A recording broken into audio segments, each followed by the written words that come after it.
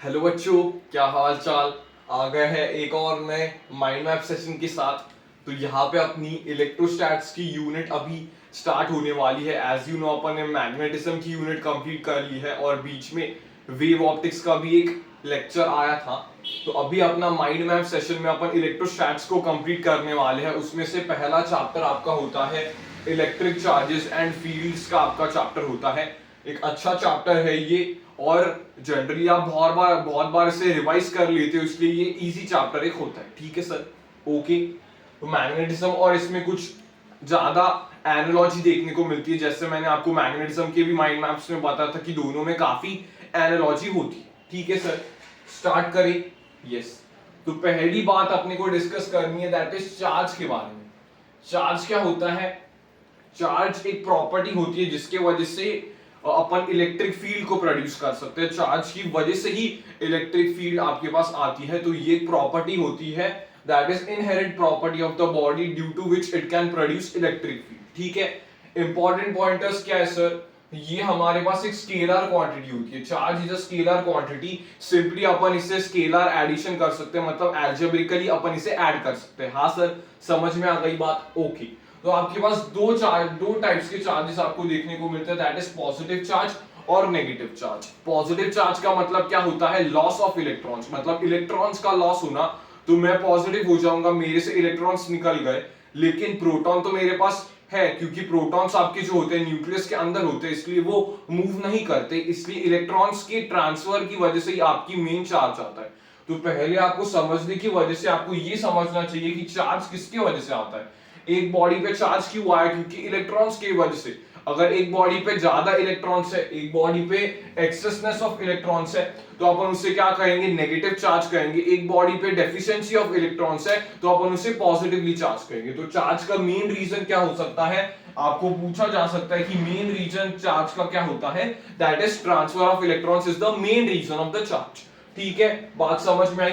Positive charge किसकी वजह से होता है? Due to the loss of electrons. Loss of electrons को अपन क्या कहते हैं? डेफिशिएंसी ऑफ इलेक्ट्रॉन्स कहते हैं। तो इसमें आपकी मास जो होता है वो कम हो जाएगा। सर मास क्यों कम हो जाएगा? इलेक्ट्रॉन का मास कितना होता है? 9.1 into 10 to the power -31 kg। तो कुछ इलेक्ट्रॉन्स कम हुए तो थोड़ा बहुत तो आपका मास कम हो जाएगा, क्योंकि इलेक्ट्रॉन्स उस बॉडी से चले गए हैं। हाँ सर, तो ये बात समझ में आई? हाँ सर, ये वाली बात समझ में आ गई। दूसरे टाइप का चार्ज क्या हो सकता है सर? दूसरे टाइप का चार्ज हो सकता है negative charge.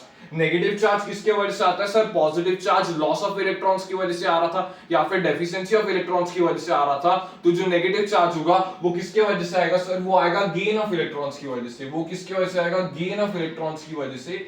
Gain of electrons की वजह से, और मास उसमें बढ़ेगा, क्योंकि उस बॉडी पर इलेक्ट्रॉन्स आ गए हैं, मतलब उस पर थोड़ा बहुत मास भी ऐड हुआ होगा, क्योंकि एक इलेक्ट्रॉन का mass 9.1 into 10 to the power -31 kg होता है। ठीक है सर, समझ में आ गई? यस।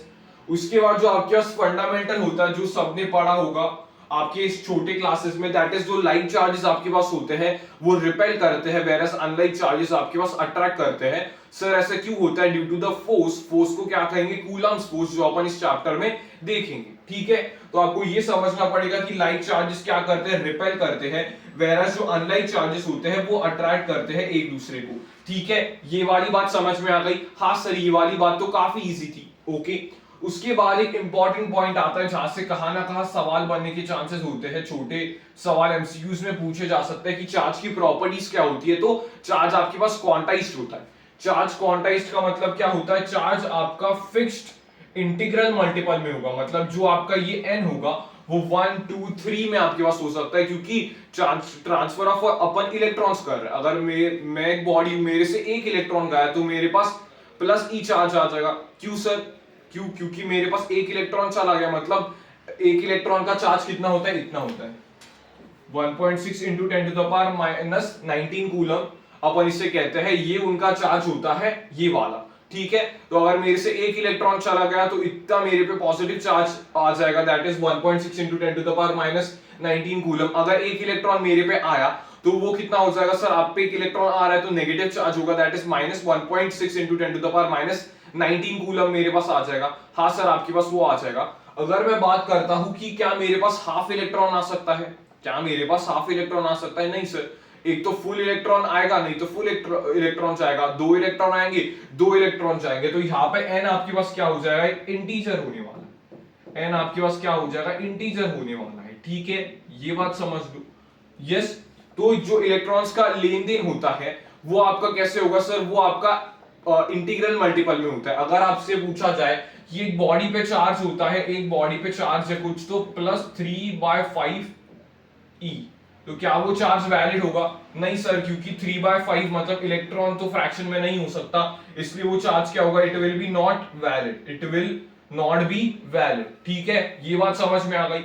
दूसरा आपको क्या स्टेटमेंट पूछ सकता है कि क्या चार्ज आपका पॉइंट्स में नहीं हो सकता? चार्ज आपका पॉइंट्स में हो सकता है क्या? यस सर, चार्ज हमने देखा हुआ है 1 कूलम हो गया, 1.5 कूलम हो गया, ये चार्जेस तो पॉइंट्स में होते हैं। तो पॉइंट्स में चार्जेस, फ्रैक्शन में चार्जेस पॉसिबल है, लेकिन जो लेन देन होगा, दैट इज जो ट्रांसफर ऑफ इलेक्ट्रॉन्स होगा, वो इंटीग्रल मल्टीपल में होगा। और integral multiple of e, integral multiple of e, इसे क्या कहा जाता है, इस इंटीग्रल मल्टीपल को कहा जाता है द एलिमेंट्री चार्ज। मतलब एक बॉडी पे सबसे कम चार्ज प्रेजेंट हो सकता है, वो होगा ये ई को अपन क्या कहेंगे, एलिमेंट्री चार्ज। ठीक है, समझ में आ गई बात। तो क्वांटाइजेशन ऑफ चार्ज का मतलब क्या है, Q is equals two plus और माइनस एनी के रेंज में ही चार्ज हो सकता है। अगर मेरे पास क्या होगा, अगर मेरे पास 1 कूलम चार्ज है, तो आपसे क्या सवाल पूछ सकता है कि अगर मेरे पास 1 कूलम चार्ज है तो उसमें कितने इलेक्ट्रॉन्स होंगे? 1 कूलम चार्ज है, n आपके पास है, और E की वैल्यू आपके पास मालूम है 1.6 into 10 to the power -19 coulomb. तो आप सब्स्टिट्यूट करके n की वैल्यू निकाल सकते हो। n आपके पास क्या होगी, नंबर ऑफ इलेक्ट्रॉन्स उस बॉडी में कितने होंगे। ठीक है सर, समझ में आ गई बात? ओके, यस सर, समझ में आ रहा है। तो आप समझ सकते हो कि 1 coulomb 1.6 into 10 to the power -19 coulomb से कितनी बड़ी यूनिट होती है, कितना बड़ा चार्ज होता है। ठीक है, ये समझ में आ गया। बहुत इंपॉर्टेंट प्रॉपर्टी होती है ये, चार्ज इज क्वांटाइज्ड वाली। ठीक है सर, ओके। ऊपर वाली कैरेक्टरिस्टिक पहले कंप्लीट कर देते हैं। Charge is invariant of speed, मतलब चार्ज जो आपके पास होता है वो स्पीड पर डिपेंड नहीं करता। फॉर एग्जांपल, मेरे हाथ में चार्ज है और मैं भाग रहा हूं, और चार्ज भी मेरे साथ वेलोसिटी के साथ चल रहा है, तो क्या चार्ज मेरे पास चेंज होगा? नहीं सर, चार्ज आपका चेंज नहीं होगा, क्योंकि चार्ज इज इनवेरिएंट, मतलब वो स्पीड पे डिपेंड नहीं करता। अगर मैं स्पीड ऑफ लाइट से भी भाग रहा हूं, समझना, अगर मैं स्पीड ऑफ लाइट से भी भाग रहा हूं तो चार्ज उसके ऊपर क्यों ही रहेगा। तो ये स्टेटमेंट अच्छे से दिमाग में रखना कि charge is invariant of speed. Okay sir, समझ में आ गई बात? ठीक है, उसके बाद अपना चार्जिंग का आगे कंसेप्ट देखने को मिलेगा कि चार्ज जो होता है वो कंडक्टर पे कैसे आता है। अगर मैंने कंडक्टर को चार्ज दिया तो वो यूनिफॉर्मली उसके सरफेस पे जाके डिस्ट्रीब्यूट हो जाता है।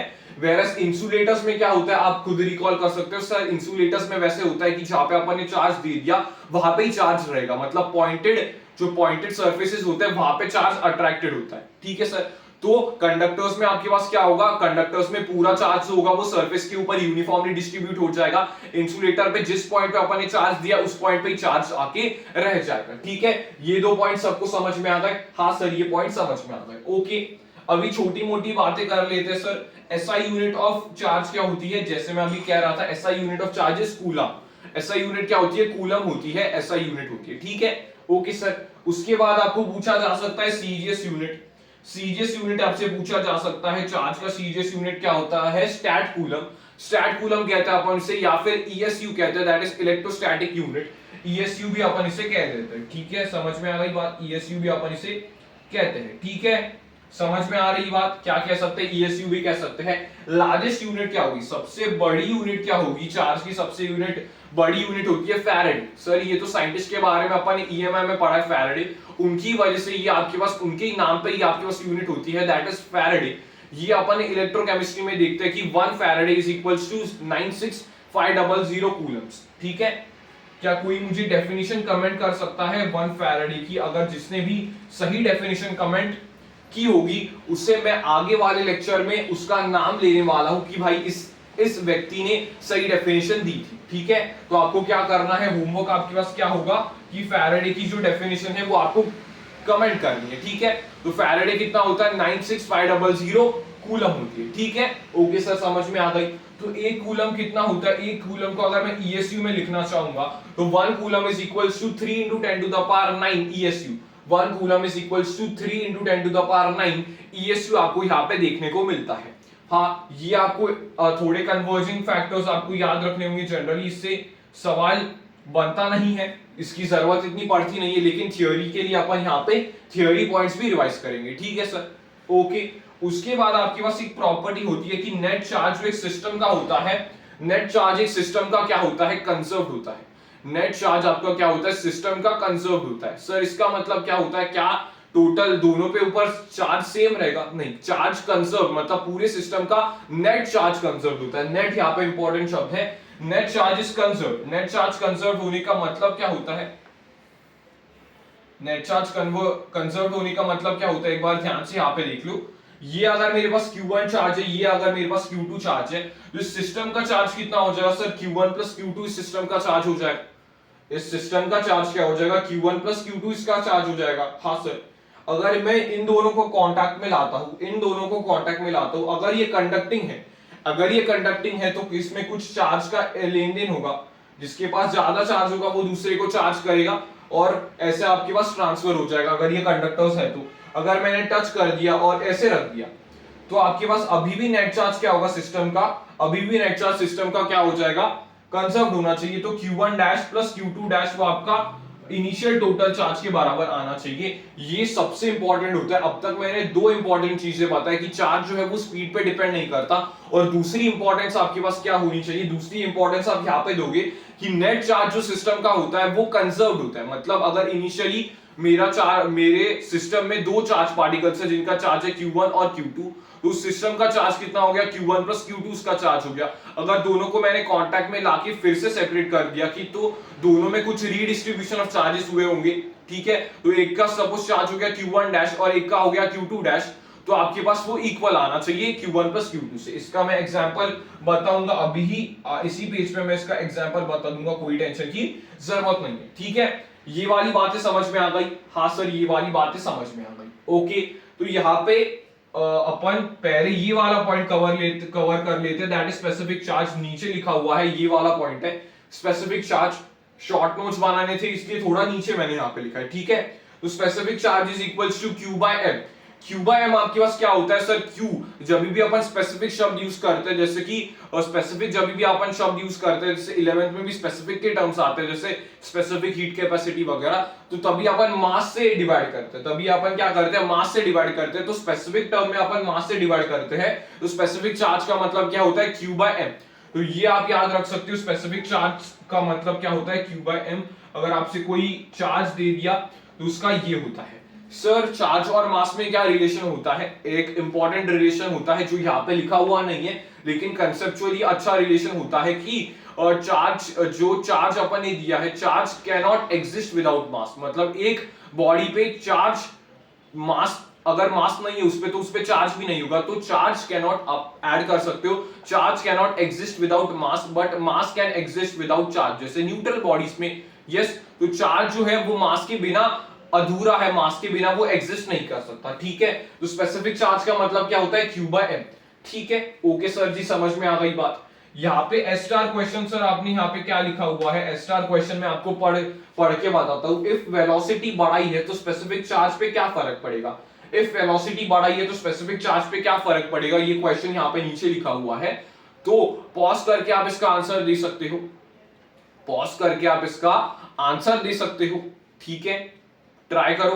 ओके, तो ये एक अच्छा सवाल हो जाता है कि सर Q तो डिपेंड नहीं करता, जो चार्ज होता है वो स्पीड पे डिपेंड नहीं करता, लेकिन मास जो होता है वो कुछ हद तक, जब भी अपन हायर वेलोसिटीज, हायर स्पीड्स पे चलते हैं, तो अपनी एक इक्वेशन होती है दैट इज थ्योरेटिकल मास वाली, वो जाने की जरूरत नहीं है। लेकिन मैं आपको बता देता हूं कि वेलोसिटी जैसे आपकी बढ़ेगी वैसे आपका क्या होगा, मास वैसे आपका बढ़ेगा, मास वैसे आपका बढ़ जाएगा। मास बढ़ने के कारण क्या होगा सर, मास बढ़ने के कारण आपका स्पेसिफिक चार्ज क्या हो जाएगा, स्पेसिफिक चार्ज आपका डिक्रीज हो जाएगा, ठीक है, ठीक है। 11th में जनरली अपन पढ़ते कि एक होती है rest mass, theoretical mass, Einstein साहब ने वो दी थी, that is mt is equals to m0 by under root 1 minus v square by c square वाली, जानने की बिल्कुल भी जरूरत नहीं है। लेकिन एक अच्छा सवाल किसने पूछ दिया तुमसे कि अगर तुमने तो कहा कि charge is invariant of speed, वो हमने मान लिया, लेकिन स्पेसिफिक चार्ज के बारे में तुम क्या कहना चाहते हो, जैसे मैंने बहुत ज्यादा स्पीड बढ़ाई तो मास तो मेरा बढ़ेगा, ये सर मास आपका बढ़ेगा। तो इस केस में देखो specific charge is inversely proportional to mass, Q constant रह रहा है तो आपका स्पेसिफिक चार्ज क्या हो जाएगा, कम हो जाएगा। क्या सबको ये समझ में आया सवाल? ओके, अगर आपको ये सवाल समझ में आया है तो आपने अच्छी बात सीख ली है। Okay sir, yes. तो अपन ने जनरलाइज्ड कैरेक्टर्स अपन ने कुछ देख लिया जो चार्ज के बारे में अपने को पता ही होना चाहिए, जो कि अपने कंसेप्ट डेवलपिंग में हेल्प कर रहे हैं। ठीक है सर। उसके बाद आपके पास क्या होता है, मेथड्स ऑफ चार्जिंग। चार्ज कैसे बनाए, चार्ज कैसे अपन क्रिएट करें, चार्जिंग की तो भी कोई कंडीशन होनी चाहिए, चार्जिंग की तो भी कोई मेथड होनी चाहिए। हाँ, तो मेथड क्या हो सकती है, फ्रिक्शन से आप चार्जिंग कर सकते हो। फ्रिक्शन से चार्जिंग का मतलब क्या होता है, रब करके। मतलब जैसे अपन देखते हैं कि आप पहले एक्सपेरिमेंट्स करते थे कि कोम को आपके ड्राई हेयर पे रब करोगे या फिर स्केल को आपके हेयर पे रब करोगे तो उसके वजह से आप पेपर क्लिप्स को अट्रैक्ट कर पा रहे थे, उसका रीजन क्या होगा, अगर आप रबिंग वगैरह की केस देखते हो तो आपका कोम आपके पास इंसुलेटर था, आपका हेयर भी आपका इंसुलेटर था। तो जब भी मैं दो इंसुलेटर्स को घिसता हूं तो उनके इलेक्ट्रॉन्स ऐसे आपकी जो एनर्जी है, हीट एनर्जी के कारण वो एक्साइट होकर दूसरे पे चले जाते हैं। ठीक है, तो वहां पे क्या होता है, पहली इंपॉर्टेंट बात आपको क्या याद रखनी होती है कि it is done for insulators.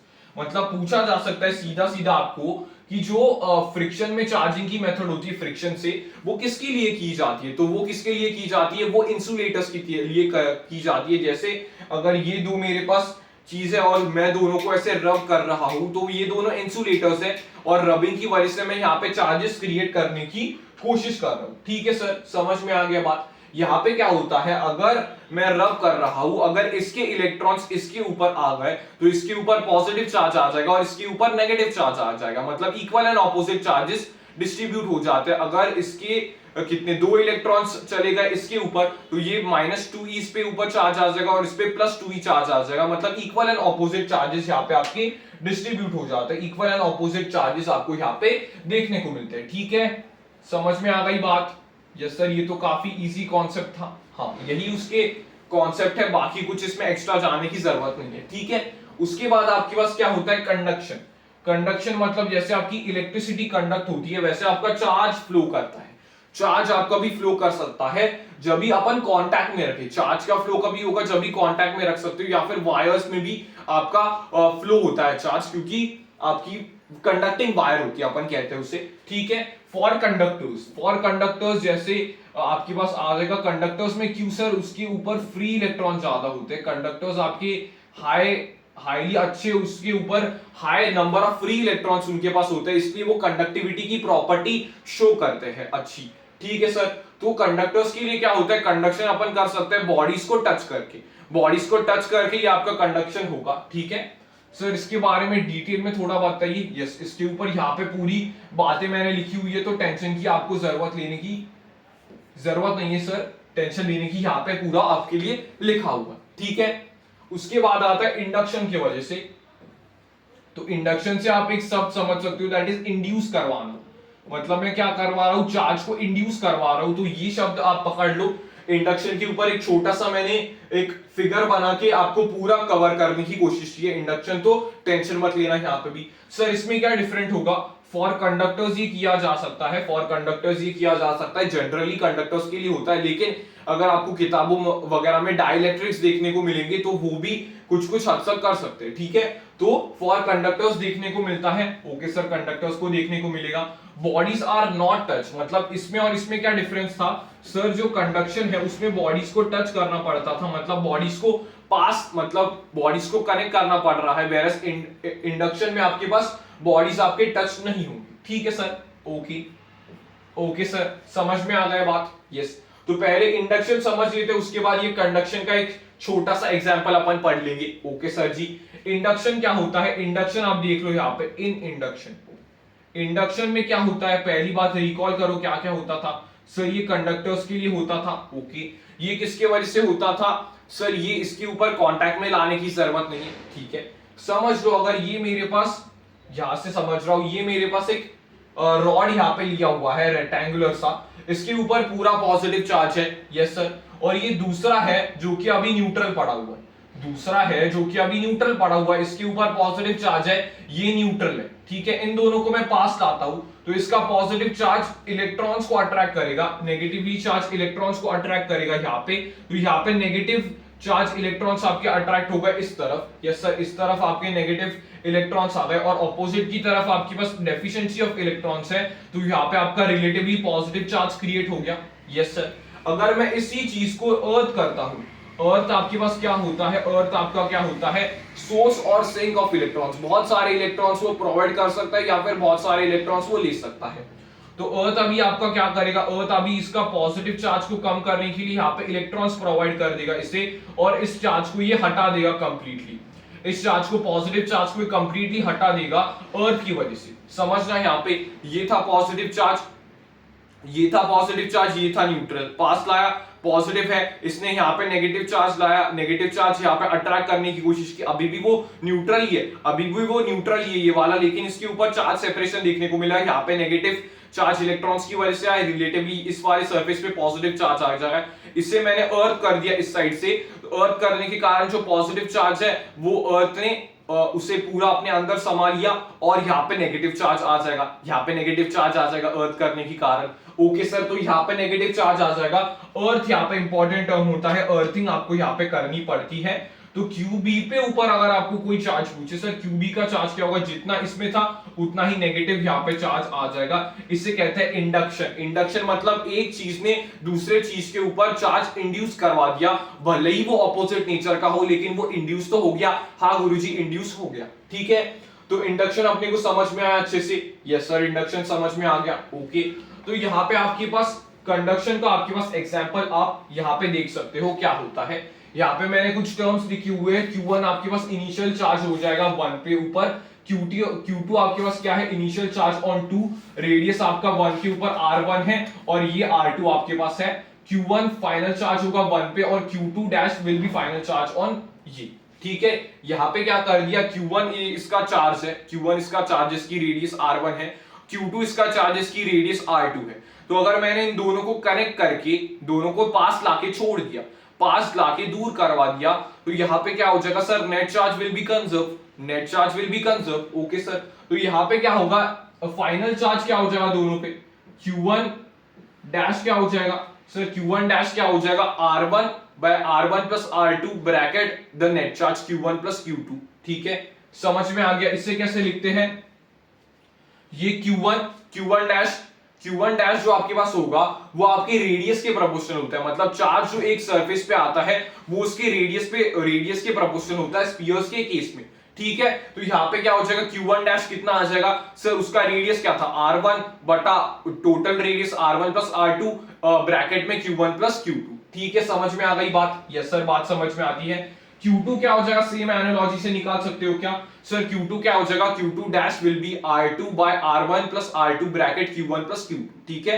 मतलब क्या, उसकी रेडियस बटा total radius into net charge जो पहले था, नेट चार्ज आपके पास कंजर्व्ड आपको करना है, यहाँ पे वही प्रिंसिपल अपन लगा रहे हैं। तो आपको क्या दिया जा सकता है सर, Q1 चार्ज यहाँ पे दिया जा सकता है, Q2 चार्ज दिया जा सकता है, रेडियस की वैल्यूज दी जा सकती है, आपसे पूछा जा सकता है अगर दोनों को टच करके दूर कर दिया तो Q1 डैश और Q2 डैश बता दीजिए। तो Q1 डैश क्या हो जाएगा, R1 by R1 plus R2 into Q1 plus Q2, ठीक है सर। और दूसरा क्या हो जाएगा, Q2 dash will be R2 उसका रेडियस बटा total radius into the net charge जो आपकी सिस्टम का कंजर्व होना चाहिए, ठीक है।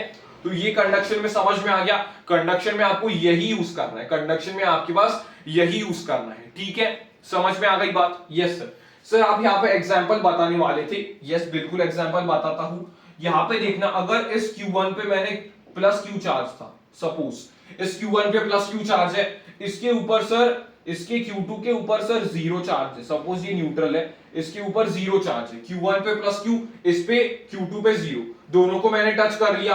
अगर दोनों का रेडियस सेम है, अगर दोनों का रेडियस सेम है, दोनों का अगर रेडियस सेम है तो क्या हो जाएगा सर, दोनों का रेडियस सेम है तो क्या आप Q1 डैश मुझे बता सकते हो क्या हो जाएगा सर, अगर दोनों का रेडियस सेम है तो यहाँ पे अपन क्या लिख सकते हैं, Q1 dash is equals to net charge Q था, इस सिस्टम का नेट चार्ज क्या था, इस सिस्टम का नेट चार्ज क्या होगा, Q होगा, क्योंकि सर एक तो न्यूट्रल बॉडी थी, इसका चार्ज क्या हो जाएगा, जीरो हो जाएगा।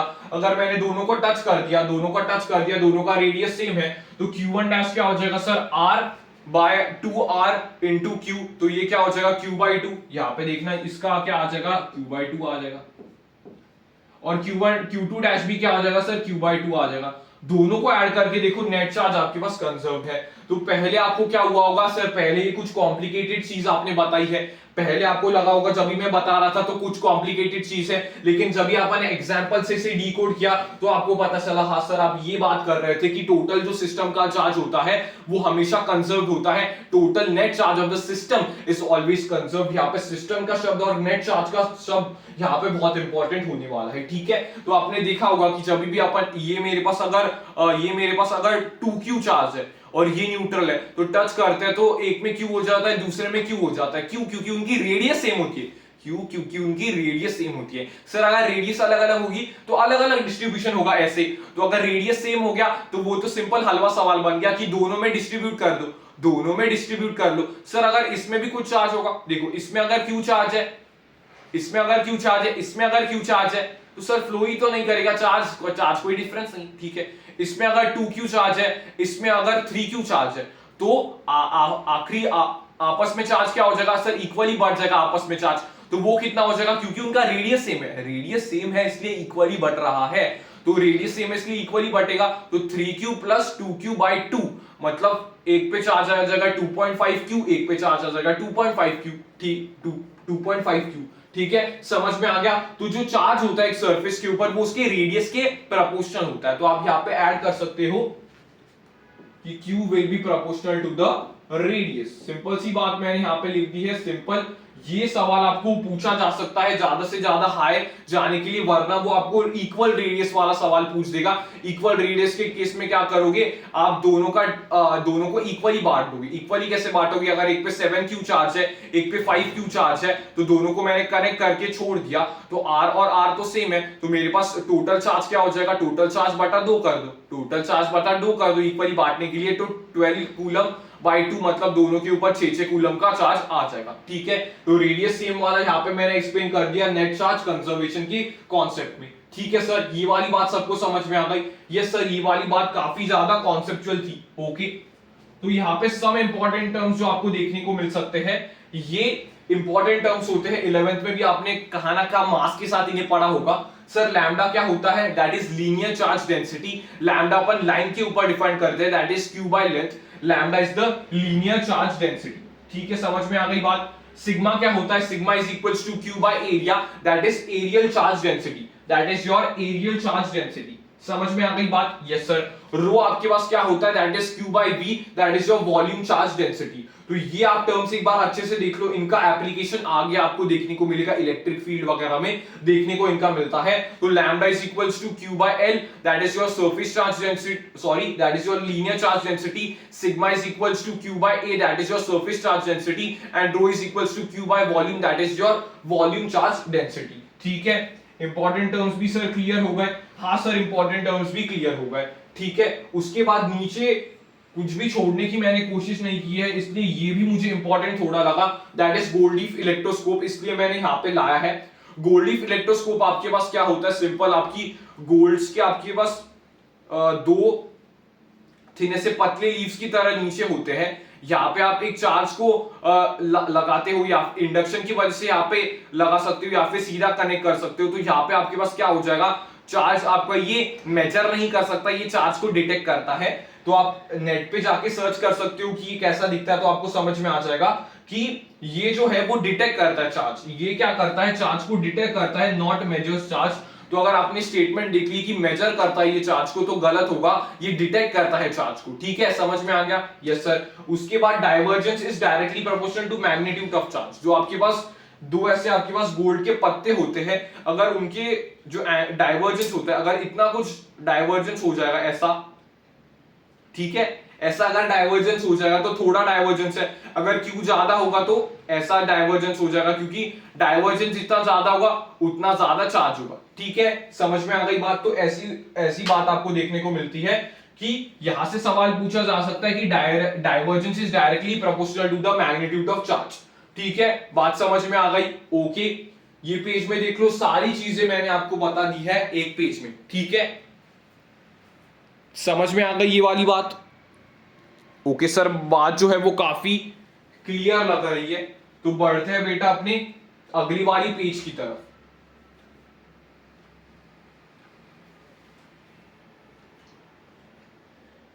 ओके, आ चुका है अपना अगला page, that is your Coulomb's law, जहां से आपके न्यूमेरिकल पोर्शन अभी अपना यहां से स्टार्ट होने वाला है।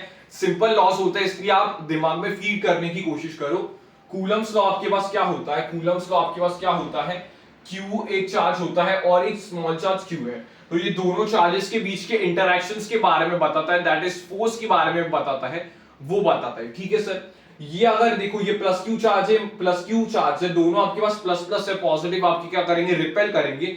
अगर दोनों की बीच की डिस्टेंस, दोनों की बीच की डिस्टेंस अगर मैंने r ले ली है, दोनों की बीच की डिस्टेंस अगर r ले ली हुई है, तो जो आपके पास फोर्स क्या आ जाएगा, that is k q small q बटा r स्क्वायर। ये आपके पास फोर्स की वैल्यू आती है। बच्चे आप तक रिकॉल कर पाएंगे कि सर ये हमने पढ़ा हुआ था, ये ऐसा फॉर्मूला आता है, this is the magnitude of the force, this is the magnitude of the force, ये आपके पास देखने को मिलता है। हाँ सर, तो ये क्या करेगा, ये क्या करेगा, इसको रिपेल करेगा। यस, तो मैंने यहाँ पे क्या लिखा है, फोर्स ऑन 1 ड्यू टू 2, मतलब एक के ऊपर ये अगर आपके पास 1 है और ये अगर आपके पास 2 है, तो 1 के ऊपर फोर्स लगा 2 के कारण, तो फोर्स ऑन 1 ड्यू टू 2 आपका इस तरफ लगेगा क्योंकि रिपल्सिव है, और फोर्स ऑन 2 ड्यू टू 1 आपके पास इस तरफ लगेगा क्योंकि रिपल्सिव होता है, ठीक है सर। ओके, स्केलर फॉर्म आपके पास क्या होती है, स्केलर फोर्स आपके पास होता है k q1, आप ऐसे भी याद रख सकते हो k q1 q2 by r square. इस एग्जांपल में आपके पास क्या हो जाएगा, k capital Q small q बटा r स्क्वायर आपके पास आ जाएगा। r स्क्वायर इन दोनों के बीच की डिस्टेंस होती है, ठीक है सर। ओके, बात समझ में आ गई? यस सर, बात समझ में आती है।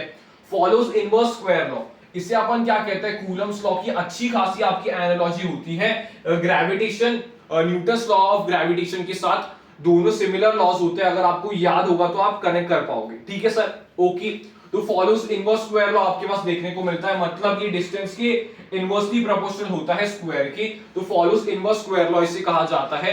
It is a central force, ये आपके पास क्या होता है, सेंट्रल फोर्स आपके पास देखने को मिलता है, सेंट्रल फोर्स देखने को मिलता है। लॉन्ग रेंज फोर्स होता है, ज्यादा दूर तक ये फोर्स लगता है, लॉन्ग रेंज फोर्स लगता है। साथ ही साथ अगर मैं बात करूंगा तो acts along the line joining, अगर ये दो क्यू को लाइन ज्वाइन कर रही है तो उसके ही अलोंग ये फोर्स लगेगा, इस डायरेक्शन में उसी लाइन के अलोंग यहाँ पे फोर्स लगेगा।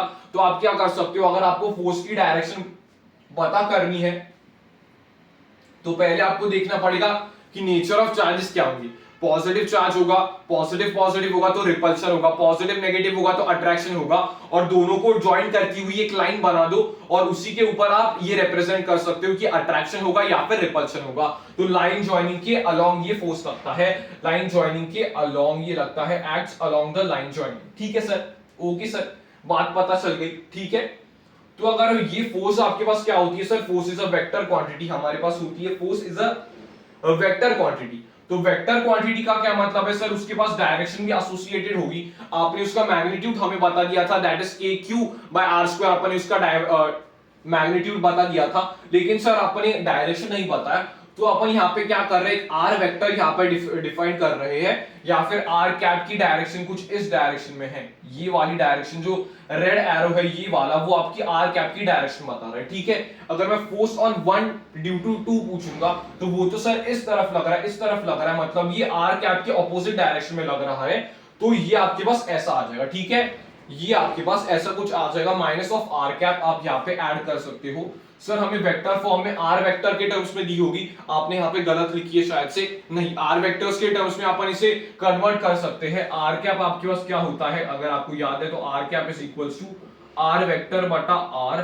तो अगर अपन ने इसे इस फॉर्म में लिखा तो ये इसके टर्म्स में क्या आ जाएगी, मैं यहाँ पे लिख रहा हूं माइनस के क्यू स्मॉल क्यू बटा आर क्यूब आर कैप, ठीक है। समझ में आ गई बात? आर कैप को ही मैंने आर वेक्टर के फॉर्म में यहां पे लिख दिया है, तो वहां पे आपका आर क्यूब का टर्म आ जाता है किसको भी डाउट नहीं होगा अभी यहाँ पे? यस सर, सिंपली अपन ने यहाँ पे फोर्स का वेक्टर रिलेशन लिख दिया। अगर ये आर वेक्टर है तो ये वाला force on one due to two repulsive basically वो इस डायरेक्शन में लगेगा, तो ये माइनस आपके डायरेक्शन में लगेगा, minus to the direction of the R vector. तो यहाँ पे हमें क्यूब का सावधानी रखनी पड़ेगी। यहाँ पे आप क्या रखोगे? सावधानी रखोगे, नहीं तो बच्चे यहाँ पे गलती कर देते हैं, क्यूब और स्क्वायर में वो कंफ्यूज हो जाते हैं, तो सावधानी यहाँ पे रखनी पड़ेगी। यस सर, समझ में आ गई बात? यस सर, बात समझ में आ गई। अगर मैं बात करूंगा force on two due to one, sir force two पे कैसी लगी हुई है? इस डायरेक्शन में लगी हुई है। आर कैप की डायरेक्शन क्या सर? इसी डायरेक्शन में है, तो ये आपके पास पॉजिटिव वैल्यू आ जाएगी। हाँ सर, ये पॉजिटिव वैल्यू आ जाएगी। क्या आप इसे भी आर वेक्टर्स के टर्म्स में लिख सकते हो? यस सर, हमें बात पता चली कि आर कैप को हम लिख सकते हैं आर वेक्टर बटा आर का मैग्नीट्यूड, तो हमारे पास ऐसे ही देखने को मिलेगा। यस, ऐसे ही देखने को मिलेगा। ओके सर जी, तो हमें सर एक देखने को मिल रहा है, ये वाला फोर्स जो है उन दोनों का मैग्नीट्यूड सेम है। यस सर, दोनों का मैग्नीट्यूड सेम है, बस दोनों की ऑपोजिट डायरेक्शन है। ये आपको कहां पे देखने को मिलता था सर? न्यूटन्स के थर्ड लॉ में।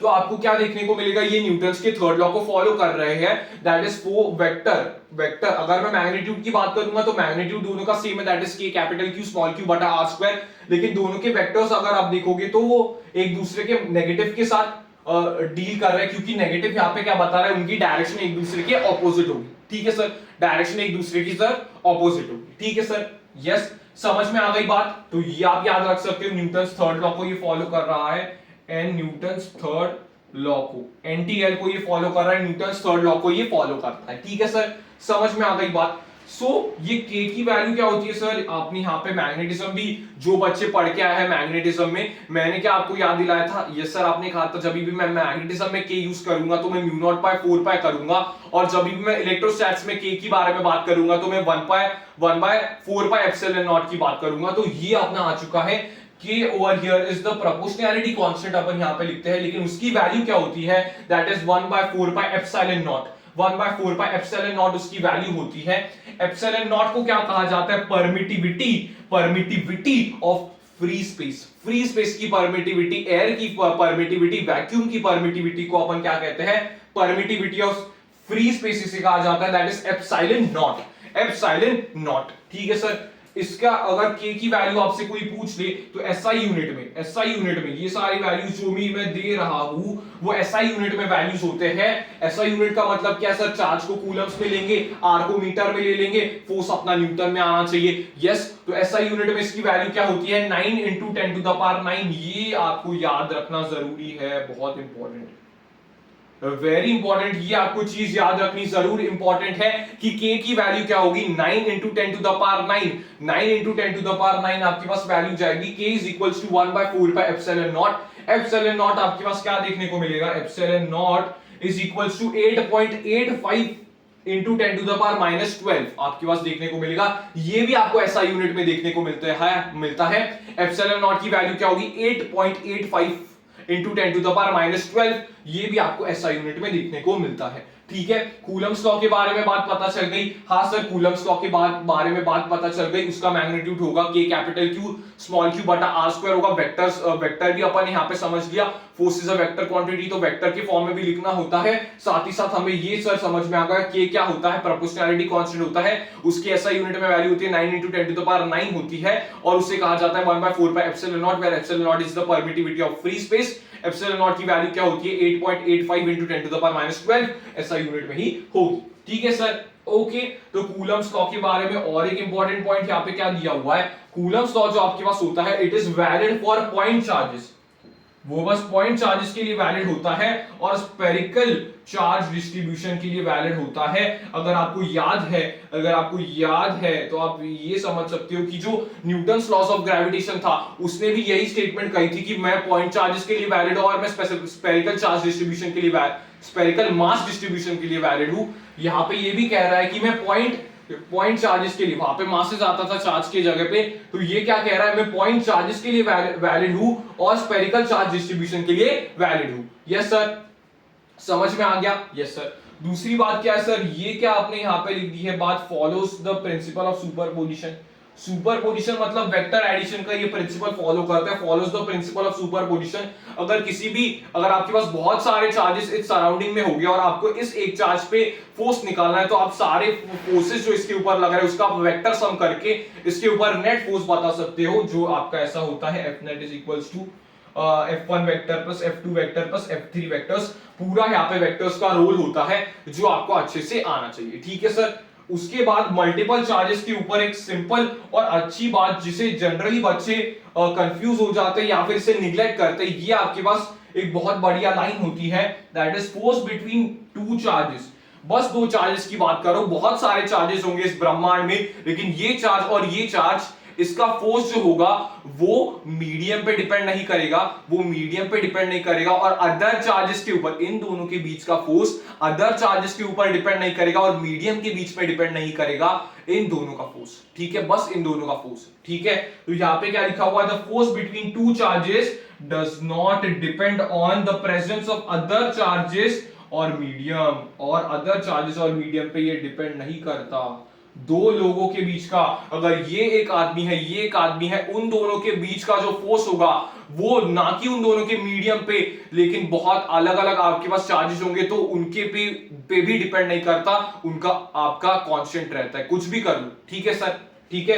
तो पढ़ लो एक बार यहाँ पे, फोर्स बिटवीन टू चार्जेस, दो ही चार्जेस की मैं बात कर रहा हूं, it does not depend on the medium as well as it does not depend on the presence of other charge. Sir net charge, हाँ नेट चार्ज डिपेंड करता है मीडियम के ऊपर, नेट चार्ज अगर कोई पूछे तो मीडियम पे डिपेंड करता है। नेट चार्ज क्या बाकी चार्जेस पे डिपेंड करता है? बिल्कुल करता है, लेकिन दो बता दिया, ए और बी के बीच का फोर्स जो होगा वो नेट चार्ज पे डिपेंड नहीं करेगा, वो अलग अलग चार्जेस पे डिपेंड नहीं करेगा, वो मीडियम पे डिपेंड नहीं करेगा। हाँ ठीक है सर, समझ में आ गई ये बात, देख सकते हो इसकी कितनी इंपॉर्टेंस है। यस, देख सकते हो कितनी इंपॉर्टेंस है। यस सर, यस सर, आपने यहाँ पे एफ नेट की बात कर दी, जो हम आपसे पूछ रहे थे कि एफ नेट के बारे में क्या होगा। एफ नेट में क्या होगा सर, वो अभी डिपेंड करेगा मीडियम पे। एफ नेट, नेट चार्ज आपके पास डिपेंड करेगा, नेट फोर्स आपके पास डिपेंड करेगा in a medium having dielectric constant के। अगर एक मीडियम है जिसकी डाइलेक्ट्रिक कांस्टेंट के होगा तो डिपेंड करेगा, क्योंकि मीडियम के भी जो पार्टिकल्स होंगे वो भी उस पे फोर्स लगाएंगे, मीडियम के पार्टिकल्स भी उस पे फोर्स लगाएंगे, तो नेट फोर्स उसका बदलेगा, लेकिन ए और बी का फोर्स ना कि मीडियम पे नहीं करता है डिपेंड, बल्कि बाकी चार्जेस पे भी डिपेंड नहीं करता, एफ नेट करता है। इसलिए एफ नेट वहां पे लिखा है, F net in a medium having dielectric constant के आपके पास क्या होता है, एप्सिलॉन एम बटा एप्सिलॉन नॉट, ठीक है। परमिटिविटी ऑफ मीडियम बटा परमिटिविटी ऑफ फ्री स्पेस को अपन के कहते हैं, इसे रिलेटिव परमिटिविटी भी कह सकते हो, या फिर फेमस उसका टर्म होता है डाइलेक्ट्रिक कांस्टेंट, डाइलेक्ट्रिक कांस्टेंट, ठीक है सर। यहां पे क्या हो जाता है, फोर्स आपका क्या हो जाता है, रिड्यूस हो जाता है के टाइम्स, फोर्स आपका नेट फोर्स जो आपके पास होगा वो के टाइम्स रिड्यूस हो जाएगा। अगर ये दोनों एयर में है तो उनके ऊपर फोर्स क्या आया, F in air, that is वो आपके पास आ जाएगा के क्यू, के कैपिटल क्यू स्मॉल क्यू बटा आर स्क्वायर। अगर वो मैंने मीडियम में रख दिए जिसका डाइलेक्ट्रिक कांस्टेंट के है, तो वही फोर्स क्या हो जाएगा, के टाइम्स कम हो जाएगा, वही फोर्स के टाइम्स कम हो जाएगा, ठीक है। तो यहाँ पे अगर आपको फोर्स उस मीडियम में निकालना होगा तो आप क्या यूज कर सकते हो sir, force in that medium is equals to capital Q small Q बटा 4 pi epsilon naught K. Epsilon naught K अपन यहां पे यूज कर सकते हैं, क्योंकि अपन यहां पे परमिटिविटी ऑफ द मीडियम लेंगे, तो परमिटिविटी ऑफ मीडियम को मैं क्या लिख सकता हूं, के इनटू एप्सिलॉन नॉट, तो ये आपके पास आ जाएगा इनटू आर स्क्वायर। तो ये फोर्स इन द मीडियम आपके पास क्या हो जाएगा, अगर आप यहां से ध्यान से देखोगे तो वो के टाइम्स आपका रिड्यूस हो जाएगा, या फिर आप उसे क्या लिख सकते हो, कैपिटल क्यू स्मॉल क्यू बटा 4 पाई एप्सिलॉन नॉट एम भी लिख सकते हो, यहां पे एप्सिलॉन नॉट एम भी लिख सकते हो। एप्सिलॉन नॉट एम क्या होगा, उसकी परमिटिविटी की वैल्यू। एप्सिलॉन नॉट एम को ही मैंने क्या लिखा हुआ है, epsilon not into dielectric constant लिखा हुआ है। बात सबको समझ में आनी चाहिए। हाँ सर, बात सबको समझ में आ गई। जो कूलम्स फोर्स का कॉन्सेप्ट था वो बस यहां तक था, कूलम फोर्स का बस कॉन्सेप्ट था वो बस यहां तक था। सर यहाँ पे और एक कॉन्सेप्ट देखने को मिल रहा है, concept of null point. Concept of null point आपको यहाँ पे देखने को मिल रहा है, ये सेपरेट आउट कर देता हूं। कॉन्सेप्ट ऑफ नल पॉइंट आपको यहाँ पे देखने को मिल रहा है, कॉन्सेप्ट ऑफ नल पॉइंट आपको यहां पे देखने को मिलता है। नल पॉइंट का मतलब क्या होता है, जनरली अपन इलेक्ट्रिक फील्ड के टर्म्स में बात करते हैं। उस पॉइंट पे इलेक्ट्रिक फील्ड जीरो होगी, या फिर उस पॉइंट पे फोर्स एफ नेट बराबर जीरो हो जाएगा। सर एफ नेट बराबर जीरो, तो हम एक पॉइंट पे फोर्स एक पॉइंट पे फोर्स निकाल के बता सकते हैं एफ नेट कभी जीरो होगा। यस, तो सर आपने ये स्पेशल केस क्यों लिया? क्योंकि मैं कुछ फॉर्मूलाज एमसीक्यूज के लिए याद करवाना चाहता हूं, एमसीक्यूज के लिए आपकी काम आएंगे, जिन्हें एमसीक्यू बेस्ड पेपर देना है उनके लिए काम आते हैं। लेकिन जब भी आप करोगे बोर्ड्स में तो आप आपका एफ नेट बराबर जीरो करोगे। ठीक है, समझ में आ गया? यस। अगर एक capital Q plus Q charge है और एक एन क्यू चार्ज है, मतलब वो एन टाइम्स बड़ा है उससे, तो आपके पास क्या आता है? एन आपके पास क्या होता है? एन आपके पास एक इंटीजर होता है, that is capital Q, that is Q big बटा क्यू स्मॉल आपके पास देखने को मिलता है। तो एन आपके पास क्या होता है?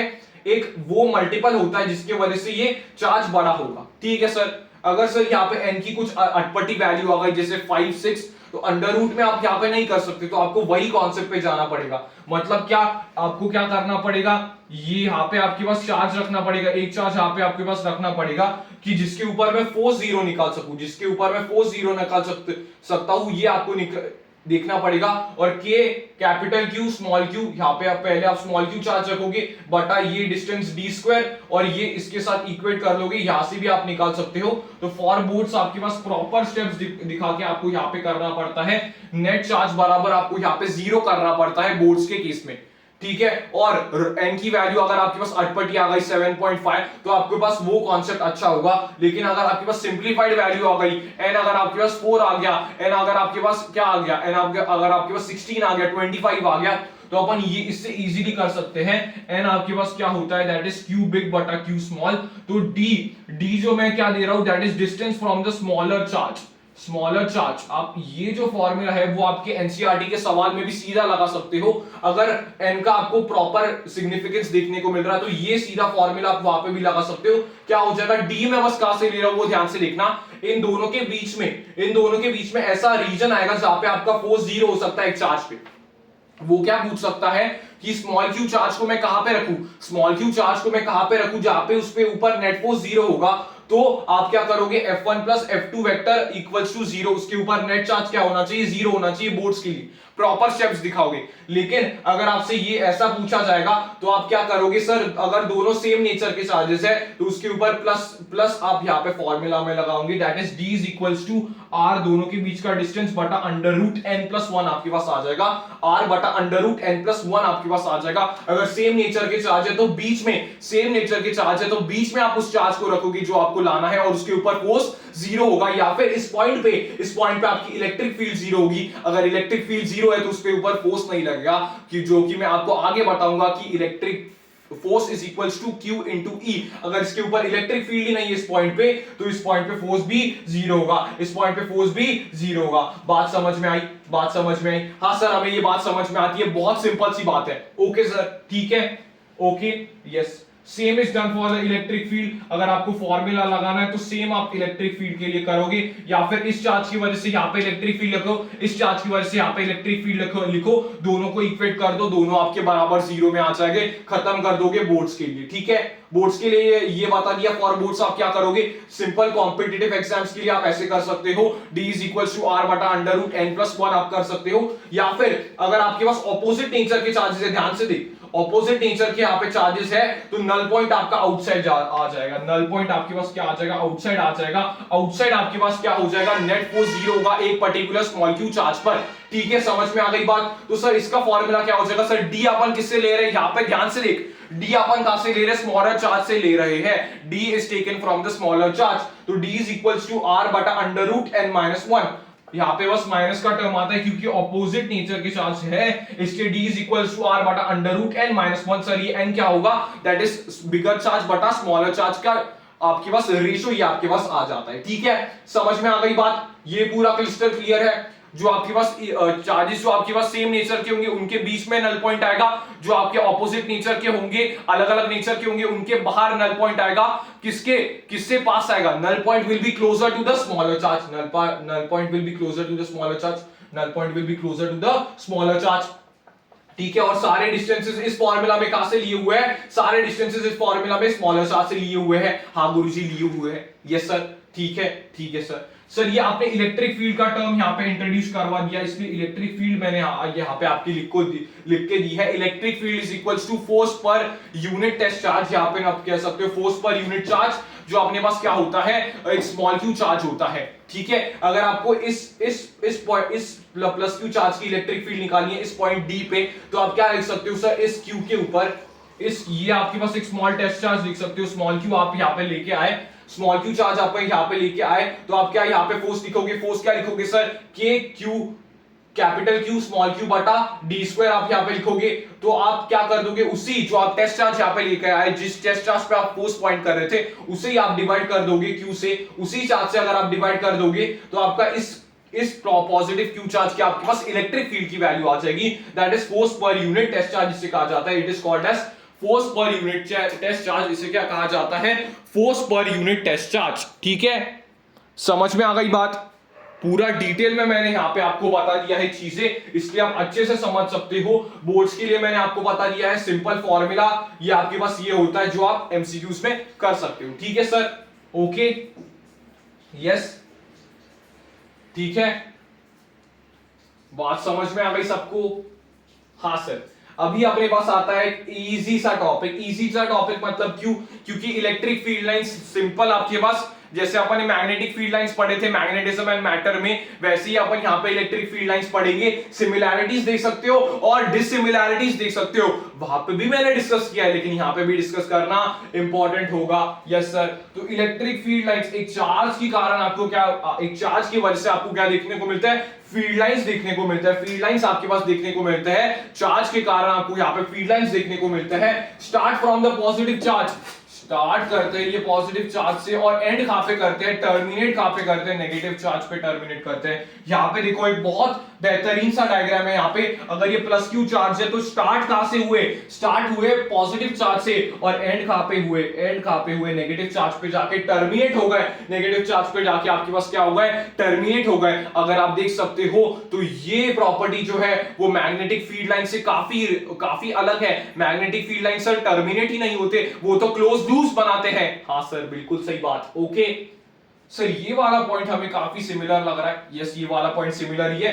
Tangent drawn at any point, tangent drawn on any point, किसके ऊपर, इलेक्ट्रिक फील्ड लाइंस के ऊपर, give the direction of the net electric field at that point, net electric field की वो डायरेक्शन देगा। अगर इस पॉइंट पे आपको क्या करना है, अगर इस पॉइंट पे आपको क्या करना है, निकालना है, इस पॉइंट के ऊपर अगर आपके पास क्या करना है, निकालना है, तो आप यहां से एक सिंपल लाइन खींच सकते हो, टेंजेंट आप यहां पे बना सकते हो इस पॉइंट के ऊपर। Tangent drawn at the point of electric field lines, वहां पे आपके पास क्या देगा, इलेक्ट्रिक फील्ड की डायरेक्शन दे देगा, वो इलेक्ट्रिक फील्ड की वो डायरेक्शन दे देगा। तो इलेक्ट्रिक फील्ड आपका टेंजेंट इस तरफ है, तो इलेक्ट्रिक फील्ड आपकी ई विल बी दिस तरफ, ई आपकी इस तरफ होगी, ई आपके पास इस तरफ हो जाएगा। बात समझ में आई सबको? हाँ सर, ये बात काफी इजी थी, ये बात हमें समझ में आती है सर, ओके।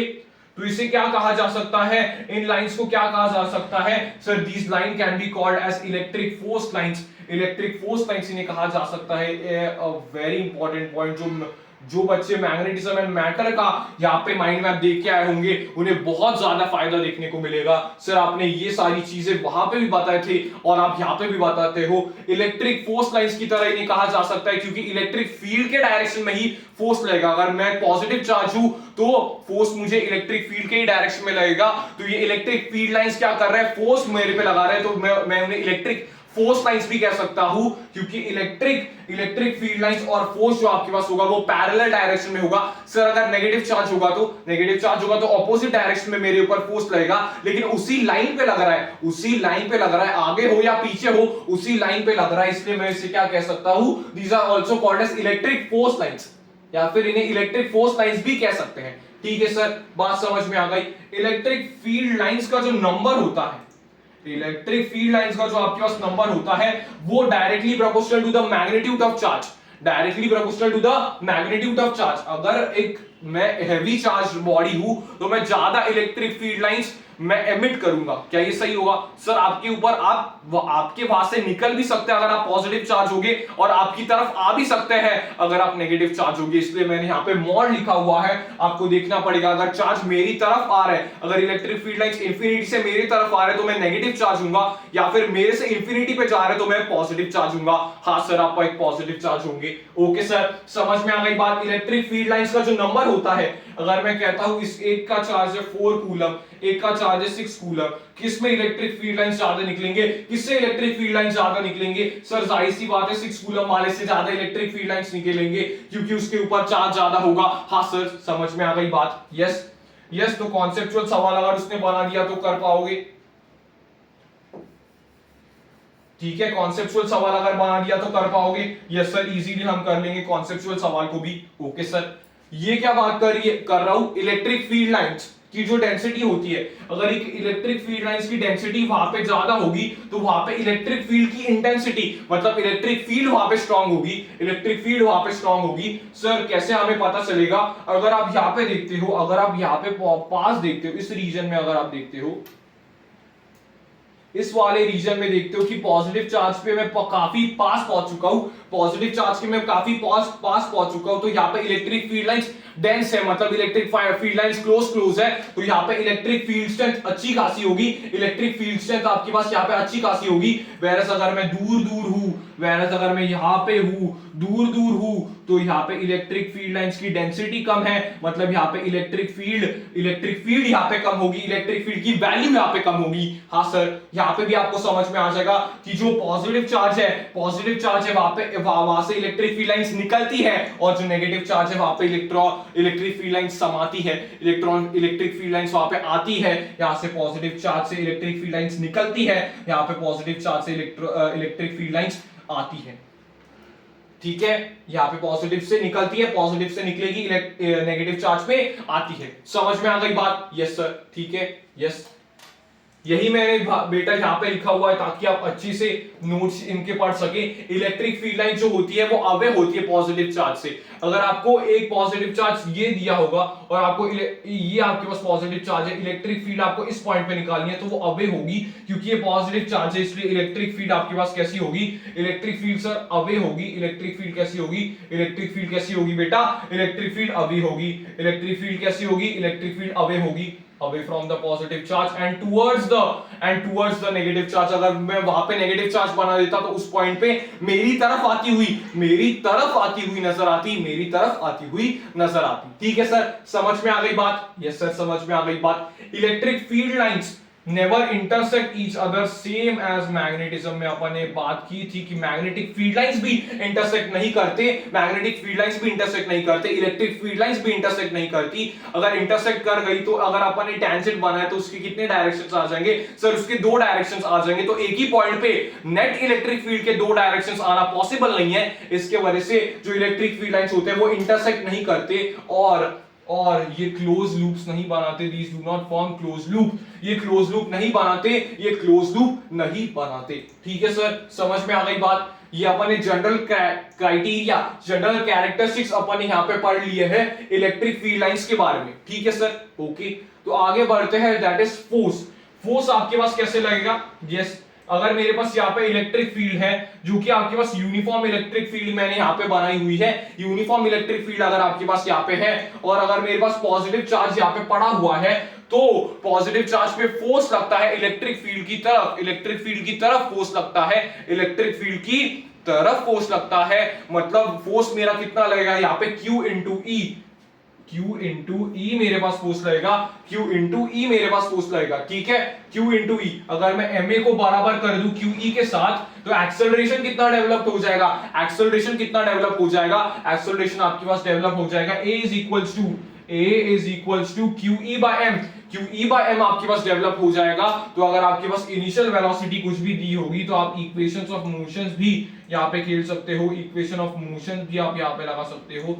जो 3 इक्वेशन ऑफ मोशन होते हैं वो आप यहाँ पे लगा सकते हो। सर चार्ज तो कांस्टेंट है, इलेक्ट्रिक फील्ड भी मैंने यहाँ पे कांस्टेंट दी हुई है और मास भी उसका कांस्टेंट रहेगा, तो आप इक्वेशंस ऑफ मोशन से आप यहाँ पे खेल सकते हो। अगर वेलोसिटी कुछ दी होगी तो उसका कैसा होगा, क्या होगा, अगर इनिशियल वेलोसिटी 0 है तो क्या होगा, वैसे आप सवाल यहाँ से बना सकते हो। इक्वेशंस ऑफ मोशन लगाओ, एक्सेलरेशन क्या हो जाएगा, QE/m होगा। जिस डायरेक्शन में इलेक्ट्रिक फील्ड होगी उस डायरेक्शन में एक्सेलरेशन होगा किसका, पॉजिटिव चार्ज का, और ऑपोजिट डायरेक्शन में होगा किसका, नेगेटिव चार्ज का, क्योंकि नेगेटिव चार्ज के ऊपर फोर्स कैसे लगता है, opposite to the direction of electric field. Okay sir, समझ में आता है बात। इसके सिंपल नोट्स आपको यहाँ पे दिए हुए हैं कि पॉजिटिव चार्ज के ऊपर, यहाँ पे देखो, पॉजिटिव चार्ज के ऊपर force in the direction of electric field, direction जिस डायरेक्शन में इलेक्ट्रिक फील्ड है उस डायरेक्शन में फोर्स लगेगा, लेकिन नेगेटिव चार्ज अगर इलेक्ट्रॉन वगैरह दिया होगा तो उसके ऊपर force opposite to the direction of electric field लगेगा, ऑपोजिट लगेगा। ठीक है, समझ में आ गई बात? यस सर, बात हमें बिल्कुल समझ में आती है। तो ये आपके पास अच्छा सवाल होता है कि अगर परपेंडिकुलर, अगर आपकी वेलोसिटी जो है, velocity is perpendicular to the electric field, या फिर मैंने एक चार्ज पार्टिकल को फेंका है जो कि परपेंडिकुलर इलेक्ट्रिक फील्ड में चल रहा है, परपेंडिकुलर इलेक्ट्रिक फील्ड में अगर उससे मैंने फेंका है तो आपके पास क्या होगा, तो यहाँ पे आपकी इंपॉर्टेंट केसेस बन जाते हैं। चाहिए तो अपन सॉल्व करके इसका निकाल सकते हैं। प्रोजेक्टाइल का केस यहाँ पे बनेगा कि सर यहाँ पे आपके पास मैंने क्या, वाई एक्सिस में आपके पास क्या होगी, वाई एक्सिस में आपके पास मैंने क्या दी हुई है सर, वाई एक्सिस में अपनी इलेक्ट्रिक फील्ड दी हुई है, तो इलेक्ट्रिक फील्ड ऊपर की तरफ लगेगी। तो ये अगर पॉजिटिव चार्ज है तो इसके ऊपर फोर्स भी लगेगा। यस सर, फोर्स भी इसमें ऊपर की डायरेक्शन में लगेगा। हाँ सर, फोर्स इसमें ऊपर की डायरेक्शन में लगेगा तो एक्सेलरेशन क्या डायरेक्शन में होगा, ऊपर के डायरेक्शन में होगा। हाँ सर, एक्सेलरेशन ऊपर के डायरेक्शन में होगा। यहाँ पे देखो, यहाँ पे कोई फोर्स है, एक्स एक्सिस में कोई फोर्स है नहीं सर, एक्स एक्सिस में कोई फोर्स नहीं है, एक्स एक्सिस में कोई भी एक्सेलरेशन नहीं है। यस, तो ये कैसा केस बन गया,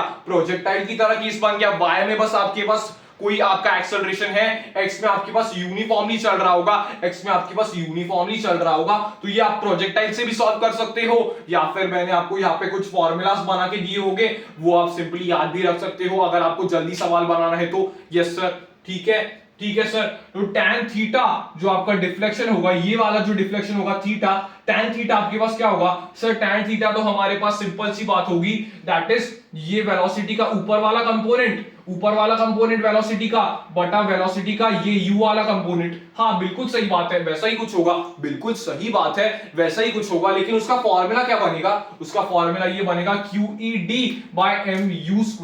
QED/mu² आपका ये फॉर्मूला बनता है, ये पूछा जा सकता है। डिफ्लेक्शन अगर आप थीटा की बात करोगे तो theta is directly proportional to the specific charge, theta is directly proportional to the specific charge. ये आप देख सकते हो, जिसका स्पेसिफिक चार्ज ज्यादा होगा वो ज्यादा डिफ्लेक्ट कर जाएगा। सर ये बात तो कुछ आउट ऑफ सिलेबस लग रही है, एनसीईआरटी में सवाल है, जाके देख सकते हो कौन ज्यादा डिफ्लेक्ट करेगा उसने पूछ रखा है, और स्पेसिफिक चार्जेस दिए हुए हैं। यस, तो ये इंपॉर्टेंट होता है। Deflection is directly proportional to the specific charge, deflection specific charge के डायरेक्टली प्रोपोर्शनल है अगर वेलोसिटी सेम होगी, अगर सबको सेम वेलोसिटी के साथ छोड़ा गया है तो ऐसा कुछ कंडीशन देखने को मिलेगा। हाँ, सबको समझ में आ गई बात? यस सर, सबको समझ में आ गई बात। यस, ठीक है सर। एस कैसे निकालेंगे, ऊपर कितना चला सर, यहाँ पे तो d चला, एक्स एक्सिस में तो सर d चला, लेकिन ऊपर कितना चला, तो मैं क्या यूज करूंगा, s is equals to half AT square, use करूंगा। a की वैल्यू क्या बताई थी, y एक्सिस में देखो सर, y एक्सिस में तो बस इलेक्ट्रिक फील्ड है, तो a क्या हो जाएगा सर, QE/m हो जाएगा। यस, टाइम पीरियड कैसे निकाल सकते हो सर, टाइम तो दोनों एक्सिस में हम निकाल सकते हैं। ये u चार्ज को d डिस्टेंस कवर करने के लिए कितना टाइम लगेगा सर, d/u लगेगा, तो t का स्क्वायर कर लो, ये आपके पास आ जाएगा s इज इक्वल्स टू, ये आपके पास s कितना हो जाएगा, हाफ QED²/mu² आपके पास यहाँ पे देखने को मिलेगा। तो दो मैंने यहाँ पे जो फॉर्मूलाज दिए हुए हैं वो काफी इंपॉर्टेंट बन जाते हैं। डिफ्लेक्शन से यहाँ पे सवाल आ जाएगा।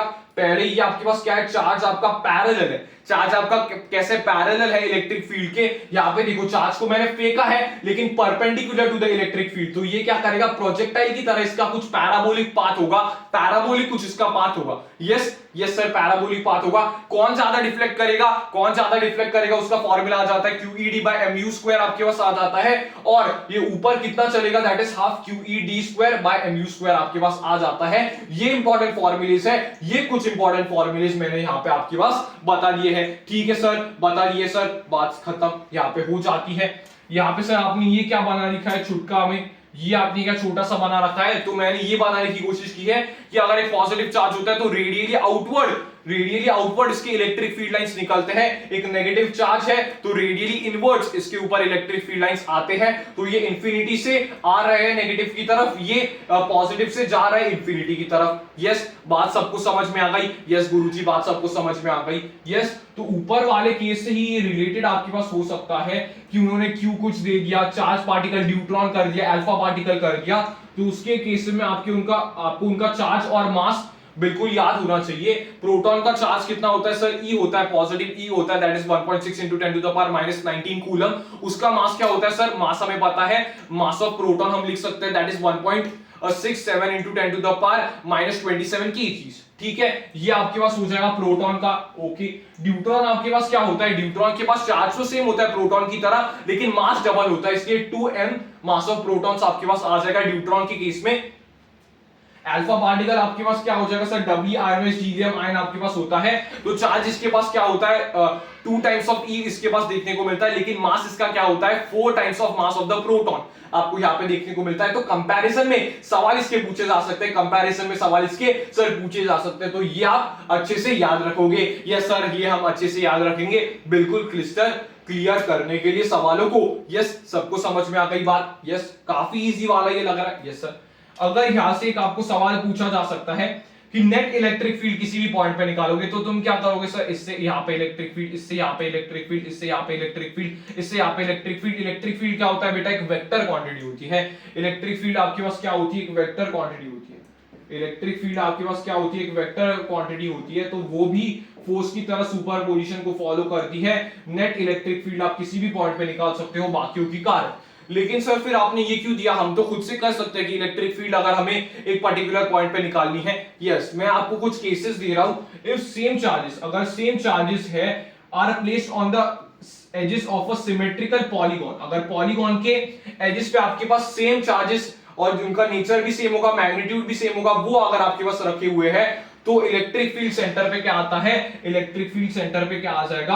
0 आ जाएगा। इलेक्ट्रिक फील्ड सेंटर पे क्या आ जाएगा? 0 आ जाएगा। अगर मैं आपसे पूछता हूं कि अगर मैं स्मॉल q चार्ज इसके सेंटर पे रखता हूं तो उसके ऊपर फोर्स कितना लगेगा सर? फोर्स 0 लगेगा, क्योंकि इलेक्ट्रिक फील्ड 0 आ रही है, तो फोर्स भी 0 लगेगा, क्योंकि इलेक्ट्रिक फील्ड अगर 0 है तो फोर्स वहां पे 0 होता है। हाँ सर, समझ में आ गई बात? कि आपको फील हुआ कि इलेक्ट्रिक फील्ड और फोर्स में क्या रिलेशनशिप है, फोर्स और इलेक्ट्रिक फील्ड में क्या रिलेशनशिप है, क्या आपको समझ में आया? यस सर, समझ में आ गया। तो एन साइडेड पॉलीगॉन आपके पास दिया जा सकता है, सारे चार्जेस अगर आपके पास सेम है, तो अगर इलेक्ट्रिक फील्ड सेंटर पे कितना होगा? 0 हो जाएगा। इसमें भी इक्विलैटरल ट्रायंगल में भी सेंटर में कितना हो जाएगा? 0 हो जाएगा। सर अगर प्लस क्यू, 2-3 प्लस क्यू दिए होंगे, 2-3 माइनस क्यू दिए होंगे, तो आपको वेक्टर्स का यूज करना पड़ेगा और इलेक्ट्रिक फील्ड्स उन पॉइंट पे लिखी हुई आपको आनी चाहिए। ठीक है, समझ में आ गई बात? यस सर, देख लीजिए एक बार अच्छे से अपने इलेक्ट्रिक फील्ड लाइंस का थोड़ा टॉपिक यहाँ पे कंप्लीट करने की कोशिश की है। ओके, समझ में आ गई बात? यस सर, बढ़ते हैं अगले पेज की तरफ। ठीक है, ये वाला कुछ आपके पास खुला खुला पेज आपको यहाँ पे देखने को मिलेगा। यहाँ पे बस अपन ने सिंपल फॉर्मूलाज के लिए रिवीजन करने के लिए आप यहाँ पे पेज जल्दी से आप एक बार गो थ्रू कर सकते हो, क्योंकि यहाँ पे बस आपके पास फॉर्मूलाज देखने को मिलते हैं। क्या sir? Electric field due to a point charge आपके पास क्या हो जाएगा? ये अगर क्यू चार्ज है तो इलेक्ट्रिक फील्ड इस पॉइंट पे क्या होगी सर? अगर ये पॉजिटिव चार्ज है तो इलेक्ट्रिक फील्ड कुछ इस डायरेक्शन में होगी, इलेक्ट्रिक फील्ड कुछ इस डायरेक्शन में होगी, तो उसका फॉर्मूला क्या हो जाएगा? That is kq/r²। kq/r²। अगर आपसे कोई पूछ ले इलेक्ट्रिक फील्ड और आर का ग्राफ, तो ये क्या बनेगा? रेक्टेंगुलर हाइपरबोलिक जैसा बनेगा, रेक्टेंगुलर हाइपरबोलिक जैसा बनेगा। ओके सर, समझ में आ गई बात? यस सर, समझ में आ गई बात। उसके बाद आपको क्या दिया जा सकता है? हॉलोस्फीयर दिया जा सकता है। हॉलोस्फीयर दे सकते हैं वो, इसकी मैं बात बताऊंगा। हॉलोस्फीयर दे सकते हैं वो, हॉलो नॉन कंडक्टिंग स्फीयर दे सकते हैं वो, हॉलो नॉन कंडक्टिंग स्फीयर दे सकते हैं, हॉलो कंडक्टिंग स्फीयर दे सकते हैं, सॉलिड कंडक्टिंग स्फीयर दे सकते हैं, या फिर कंडक्टिंग शेल भी दिया जा सकता है। ठीक है, ओके, तो आप नोट कर सकते हो जितने मैंने वर्ड्स यहाँ पे बोले। ठीक है, समझ में आ गई? अगर मेरे पास ये हॉलोस्फीयर है, तो हॉलोस्फीयर के ऊपर क्या होता है? चार्ज आपका सरफेस पे आ जाता है। चार्ज क्या होता है? अक्यूमुलेट करता है सरफेस के ऊपर। चार्ज अक्यूमुलेट्स एट द सरफेस आपके पास देखने को मिलता है। तो positive positive positive positive surface पे आ गया। हाँ सर, सरफेस पे आ गया। वो आपसे पूछ रहा है सर ए पे चार्ज कितना होगा? ए पे कितना चार्ज होगा? सर ये आप कैसे डिराइव करोगे? इस derivation is taken from Gauss law. Gauss law से आपको डेरिवेशन आने चाहिए, गॉस लॉ आपको अप्लाई करके डेरिवेशंस करना आना चाहिए, लेकिन फॉर्मूलास बस मैं यहाँ पे गो थ्रू कर रहा हूं। तो यहाँ पे इस पॉइंट पे फॉर्मूला क्या हो जाएगा? इस पॉइंट पे फॉर्मूला क्या हो जाएगा? सर इस पॉइंट में तो चार्ज एनक्लोज्ड ही नहीं है, तो यहाँ पे क्या आ जाएगा? इलेक्ट्रिक फील्ड जीरो हो जाएगी। इलेक्ट्रिक फील्ड इस पॉइंट पे, हॉलो स्फीयर के कारण इलेक्ट्रिक फील्ड इस पॉइंट पे क्या हो जाएगी? जीरो हो जाएगी। हाँ गुरुजी जीरो हो जाएगी। अगर मैं सरफेस की बात करता हूं, सरफेस जिस स्फीयर का रेडियस r है उसके ऊपर अगर मैं बात करता हूं, तो इलेक्ट्रिक फील्ड उस पॉइंट पे कितनी आ जाएगी? That is kq/r²।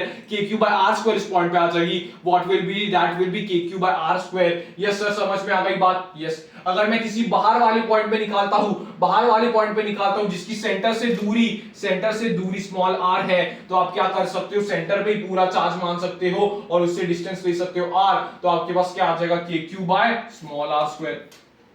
याद रखना दूरी ये किससे ली हुई है? सेंटर से ली हुई है। दूरी सेंटर से ली हुई है। Yes sir. ओके सर समझ में आ गई बात? यस। तो इसका ग्राफ क्या बनेगा? सर पहले तो अंदर जीरो होगा, अंदर आपके पास जीरो देखने को मिलेगा। बाद में सबसे मैक्सिमम कहां पे होगा? सबसे मैक्सिमम आपका आर पॉइंट पे होगा। उसके बाद वो आपका रेक्टेंगुलर हाइपरबोलिकली डिक्रीज करता जाएगा, रेक्टेंगुलर हाइपरबोलिकली डिक्रीज करता जाएगा। Okay sir. अगर आपको ये दिया होगा कि आप आइडेंटिफाई कैसे करोगे सॉलिड कौन सा है, हॉलो कौन सा है, तो सॉलिड के लिए एक ही केस होता है, सॉलिड के लिए एक ही केस होता है, that is solid non conducting sphere.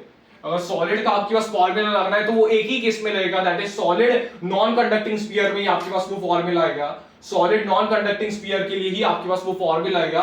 वो क्या होगा सर? चार्ज आपका अंदर भी होगा। यस सर चार्ज आपका अंदर भी होगा। सर बाहरी पॉइंट में क्या होगा? सर पूरे चार्ज को सेंटर पे मान लीजिए, पूरे चार्ज सेंटर में मान लेंगे क्यू, तो यहाँ पे क्या आ जाएगा? बाहरी पॉइंट पे kq/r² आ जाएगा। ये डिस्टेंस क्या दी हुई है? r दी हुई है। ये वाली डिस्टेंस क्या दी हुई है? r दी हुई है। यस ये वाली डिस्टेंस r है, तो kq/r² आपका फॉर्मूला आ जाएगा। यस। अगर मुझे सरफेस पे निकालना है तो सेंटर पे पूरा चार्ज मान लूंगा। क्या करना है? हॉलो हो सॉलिड हो, आपको क्या करना है? अगर बाहर देख रहे हो या फिर सरफेस पे देख रहे हो, पूरा चार्ज सेंटर पे मानो और सॉल्व करो पॉइंट चार्ज की तरह, और सॉल्व करो पॉइंट चार्ज की तरह। तो यहाँ पे क्या करूंगा? क्यू चार्ज को सेंटर पे मानूंगा, डिस्टेंस क्या है? कैपिटल R है, तो आपके पास क्या आ जाएगा?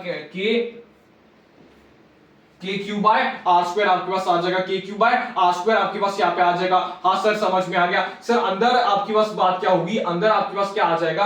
अंदर से अगर आपके पास डिस्टेंस यहाँ पे r दी हुई है, तो आपके पास क्या आ जाएगा? kq/r बटा कैपिटल R। kq/r बटा कैपिटल R³ आपके पास देखने को मिलेगा। डायमेंशनली आप अच्छे से देख सकते हो, इलेक्ट्रिक फील्ड में नीचे r² का टर्म आता है, तो ऊपर अपने को एक कैपिटल R का टर्म इंट्रोड्यूस करना पड़ेगा। जो मैंने आपको बोला था, बायोट-सैवर्ट लॉ हो या फिर जो आपके पास कूलम्स लॉ हो, उस केस में क्या होता है? इनसाइड द सोर्स आपके पास वो प्रोपोर्शनल होता है R से, R से वो आपके पास प्रोपोर्शनल होगा।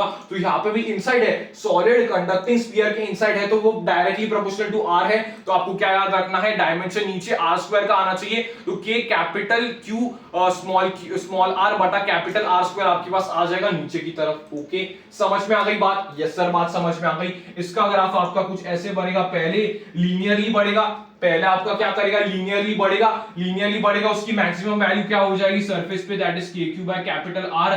उसकी मैक्सिमम वैल्यू हो जाएगी सरफेस पे, उसकी मैक्सिमम वैल्यू हो जाएगी R पे, उसकी मैक्सिमम वैल्यू आपके पास आ जाएगी। ये आपको देखने को मिलेगा। ठीक है ओके सर समझ में आ गई बात। इन सब के आपको इंपॉर्टेंट क्या है जिससे सवाल आते हैं? इंपॉर्टेंट क्या है? डेरिवेशन। इसका डेरिवेशन इन सारे जो यहाँ पे लिखे हुए हैं ये आप देख के जाओगे। इंपॉर्टेंट डेरिवेशन होते हैं by Gauss law. By Gauss law से आप इसकी डेरिवेशंस देख के जाओगे, पक्का यहाँ से बोर्ड्स में सवाल आने के चांसेस यहाँ पे आपके पास बढ़ जाते हैं। इनसे एक सवाल वो आपको पूछा जा सकता है कि इसको डिराइव कर लो गॉस लॉ से। अगर वो सिंपल सवाल पूछेगा तो गॉस लॉ से डिराइव कर सकते हो, और आगे वो एक न्यूमेरिकल दे देगा, वैसे सवाल वो पूछ सकता है। तो आप क्या याद रखोगे? इंपॉर्टेंट इसका डेरिवेशन होता है with the help of Gauss law.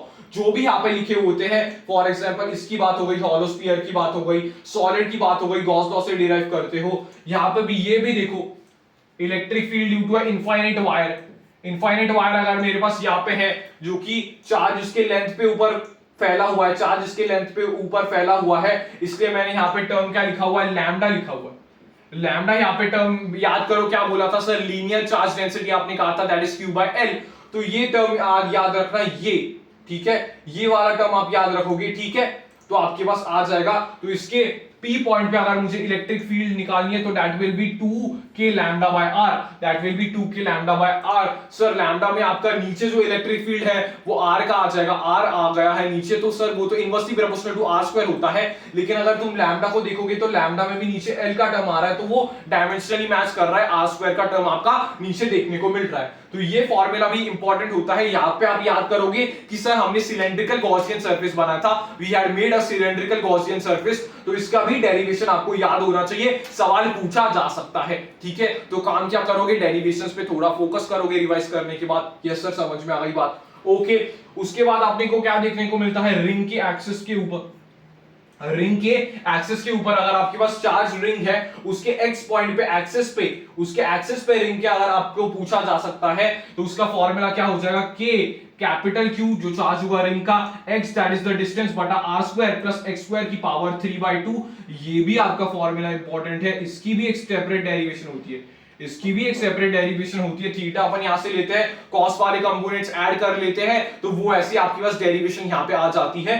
तो ये क्या हो जाएगा, kp is equals to k capital Q x बटा R square plus x square की पावर 3/2 आपके पास यहाँ पे देखने को मिलेगी, यहाँ पे आपके पास देखने को मिलेगी। अगर x की वैल्यू में 0 कर दूं, x की वैल्यू में 0 यहाँ पे कर दूं, तो e की वैल्यू मेरे पास क्या आ जाएगी, 0 आ जाएगी। मतलब अगर सेंटर ऑफ द रिंग पे पूछेगा, सेंटर ऑफ द रिंग पे पूछेगा तो इलेक्ट्रिक फील्ड कितनी होगी, 0 होगी। हाँ सर, इलेक्ट्रिक फील्ड 0 होगी। क्या होगा, इसका फॉर्मूला याद करने की कोशिश करो, k कैपिटल Q x बटा r square plus x square की पावर 3/2। डेरिवेशन इसका रिकॉल करने की कोशिश करो, थीटा अपन एक हाथ से माना था, 2 cos थीटा कर दिया था, इंटीग्रेट करने की कोशिश कर रहे थे, वो आप यहां पे याद कर सकते हो। ठीक है, इसका ग्राफ आपके पास आ जाता है। यस, इसका आपके पास अच्छा सा एक ग्राफ आपके पास आ जाने वाला है। इसका ग्राफ आपके पास क्या होता है, ध्यान से देखना, ग्राफ आपके पास क्या होता है, देखोगे ध्यान से, तो सेंटर पे मतलब सेंटर पे 0 होता है, फिर बढ़ता है, फिर डिक्रीज होता है। बढ़ता क्यों है सर, x के डायरेक्टली प्रोपोर्शनल है, पहले थोड़ा बढ़ेगा फिर कम होगा। Maximum electric field E max आपका कहां पे आ जाएगा, दैट इज r/√2 पे, r/√2 पे आपके पास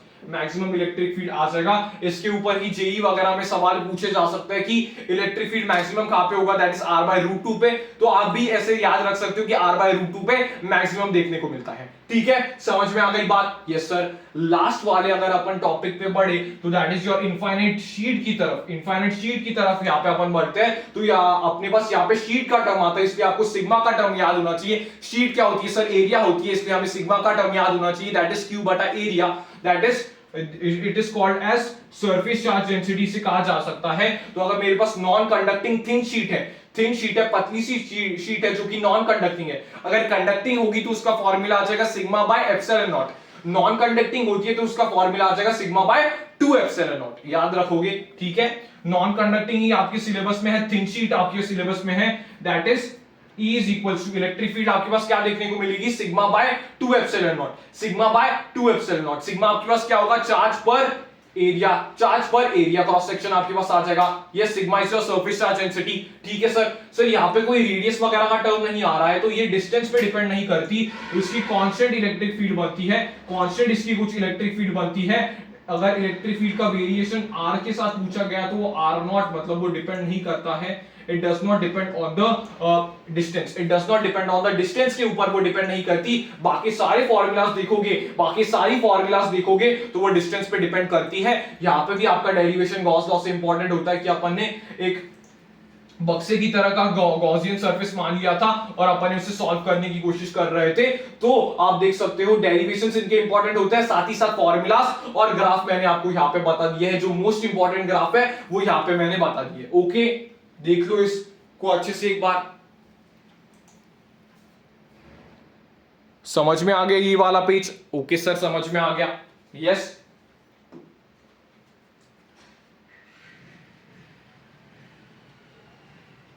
उसके बाद अपने पास केस आता है, that is your dipole. Dipole आपके पास क्या होता है सर, डायपोल हमारे पास एक कॉम्बिनेशन होता है, dipole is the combination of positive charge and negative charge का कॉम्बिनेशन होता है।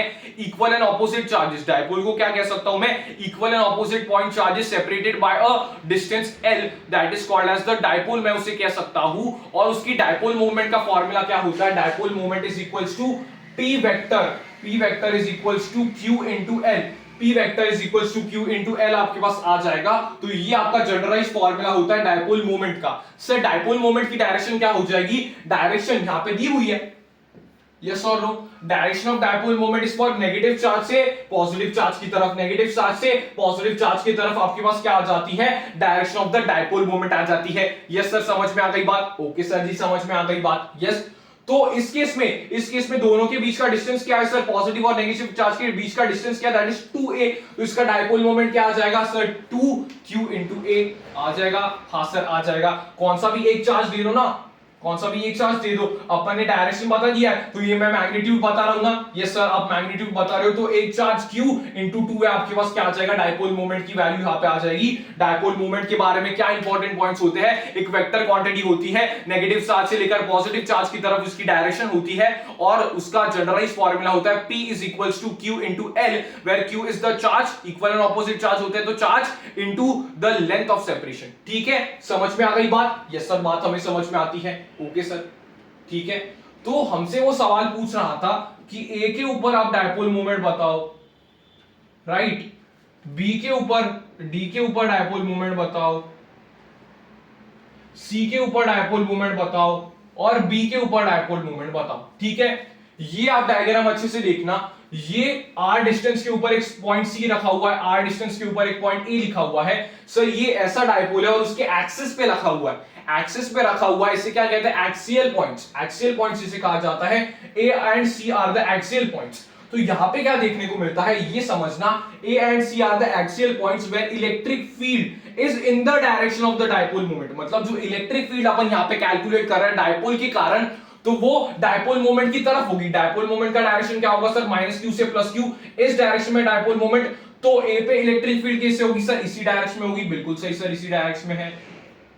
यस, C पे कैसे होगी सर, इसी डायरेक्शन में होगी, बिल्कुल सर इसी डायरेक्शन में है। मतलब एक्सियल पॉइंट्स पे आप क्या देखोगे, एक्सियल पॉइंट्स में electric field is in the direction of the dipole moment, is in the direction of the dipole moment. हाँ सर, उनका मैग्नीट्यूड क्या होगा, उनका मैग्नीट्यूड क्या हो जाएगा, 2kp by r3। r3 क्या होता है, उनके पॉइंट ऑफ डिस्टेंस, डिस्टेंस आपके पास यहाँ पे देखने को मिलता है, सेंटर से अपन मेजर करते हैं, डिस्टेंस अपन यहाँ पे क्या करते हैं, सेंटर से मेजर करते हैं। ओके सर जी समझ में आ गई बात, यस। तो वो क्या आ जाएगा, 2kp by r3, 2kp by r3। Sir वो हमने अलग फॉर्मूला एक पढ़ा, डिराइव करके आता है। तो ये मैंने क्या माना है, इट इज आइडियल डायपोल या फिर शॉर्ट डायपोल मैंने यहाँ पे मान लिया है। तो इसका एक्सियल पॉइंट पे फॉर्मूला क्या आ जाएगा, 2kp by r3। वहां पे भी क्या आ जाएगा सर, 2kp by r3 आ जाएगा, क्योंकि दोनों डिस्टेंस मैंने सेम मान लिया है, r सेंटर से मैं यहाँ पे डिस्टेंस ले रहा हूं, चेक अगेन, मैं सेंटर से यहाँ पे डिस्टेंस ले रहा हूं, सेंटर से मैं यहाँ पे डिस्टेंस ले रहा हूं। ठीक है, समझ में आ गई बात, यस सर बात सबको समझ में आ गई। सर A पॉइंट हो गया, C पॉइंट हो गया, दोनों एक्सियल पॉइंट्स है, दोनों में इलेक्ट्रिक फील्ड की डायरेक्शन डायपोल मोमेंट की तरफ ही होगी। हाँ सर, उनका सर हमें मैग्नीट्यूड भी समझ में आ गया, 2kp by r3, r3 is the distance of the point from the centre of the dipole. Yes sir समझ में आती है बात, ओके सर जी। उसके बाद B और D, सर B और D तो इसके इक्वेटर पे है, इसके कुछ डायपोल मोमेंट के परपेंडिकुलर है। तो B and D are the equatorial points where electric field is opposite to the direction of dipole moment. Electric field क्या होती है, डायपोल मोमेंट के ऑपोजिट डायरेक्शन में होगी।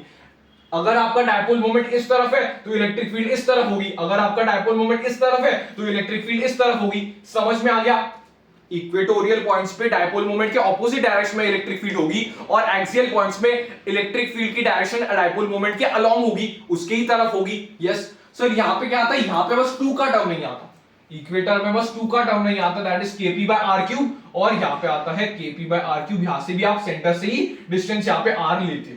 ठीक है सर, ओके समझ में आ गया बात। बस ये याद रखोगे, एक्सियल पे क्या आता है, 2kp by r3 आता है, और इक्वेटर पे क्या आता है, kp by r3 आता है। एक्सियल पे क्या होता है, डायपोल मोमेंट की डायरेक्शन में ही आपकी इलेक्ट्रिक फील्ड होती है, और दूसरे में आपके पास इक्वेटर में क्या होता है, ऑपोजिट डायरेक्शन में आपकी इलेक्ट्रिक फील्ड होती है। ठीक है, समझ में आ गई बात, यस सर समझ में आ गई बात, ओके सर। आपके एग्जैक्ट फॉर्मूलाज क्या होते हैं जो डेरिवेशन से आते हैं, एग्जैक्ट फॉर्मूला डेरिवेशन से क्या आते हैं, ये वाले फॉर्मूलाज आते हैं, एग्जैक्ट डेरिवेशन से ये वाले फॉर्मूला आते हैं, that is electric field is equals to 2kp r बटा r square minus a square की पावर 2 आपके पास ये फॉर्मूला आपका डेरिवेशन से आता है। मैंने यहाँ पे क्या माना, आइडियल डायपोल माना।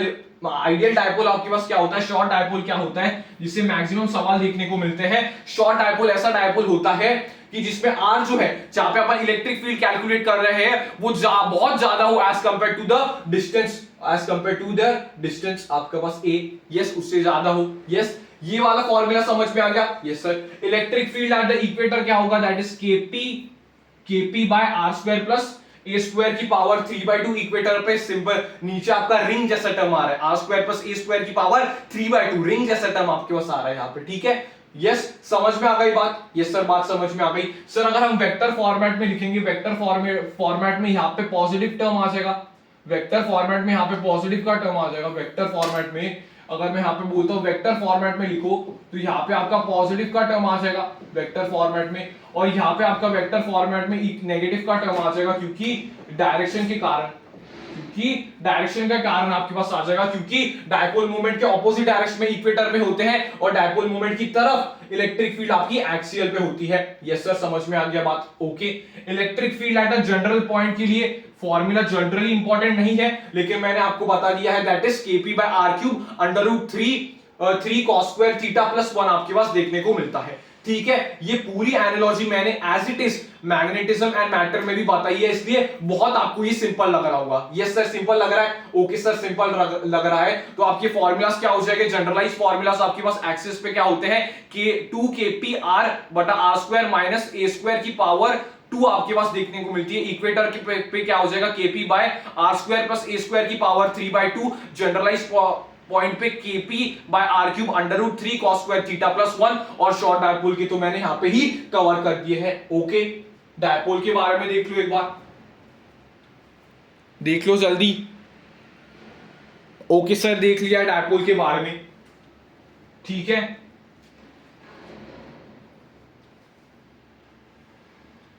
हाँ, तो ये और एक आपका एनालॉजी आपको यहाँ पे देखने को मिलेगी, जैसे अपन ने ईएमआई में पढ़ा था, मैग्नेटिक फ्लक्स जैसे अपन ने वहां पे पढ़ा था। तो सर कुछ अगर आप मेरे नोट्स, अगर आप ईएमआई का लेक्चर देख के आए हो, तो ये कुछ मैंने सिमिलर यहाँ पे लिखा होगा, आपको लगेगा सर डायग्राम भी आपने सिमिलर कर दिया है, बस मैग्नेटिक फील्ड वहां पे थी, यहाँ पे इलेक्ट्रिक फील्ड है। तो इलेक्ट्रिक फ्लक्स का मतलब क्या होता है, नंबर ऑफ फील्ड लाइंस जो पेनिट्रेट कर रहे हैं, जो पास कर रहे हैं एक एरिया से, उसे क्या कहा जाता है, इलेक्ट्रिक फ्लक्स। इलेक्ट्रिक फ्लक्स, एक एरिया से कितने इलेक्ट्रिक फील्ड लाइंस उसे पास करके जा रहे हैं, उसे अपन क्या कहते हैं, इलेक्ट्रिक फ्लक्स कहते हैं, ठीक है सर। समझ में आ गई बात। यस सर, इलेक्ट्रिक फ्लक्स का फॉर्मूला आपके पास क्या होता है, that is integration of E dot D ए।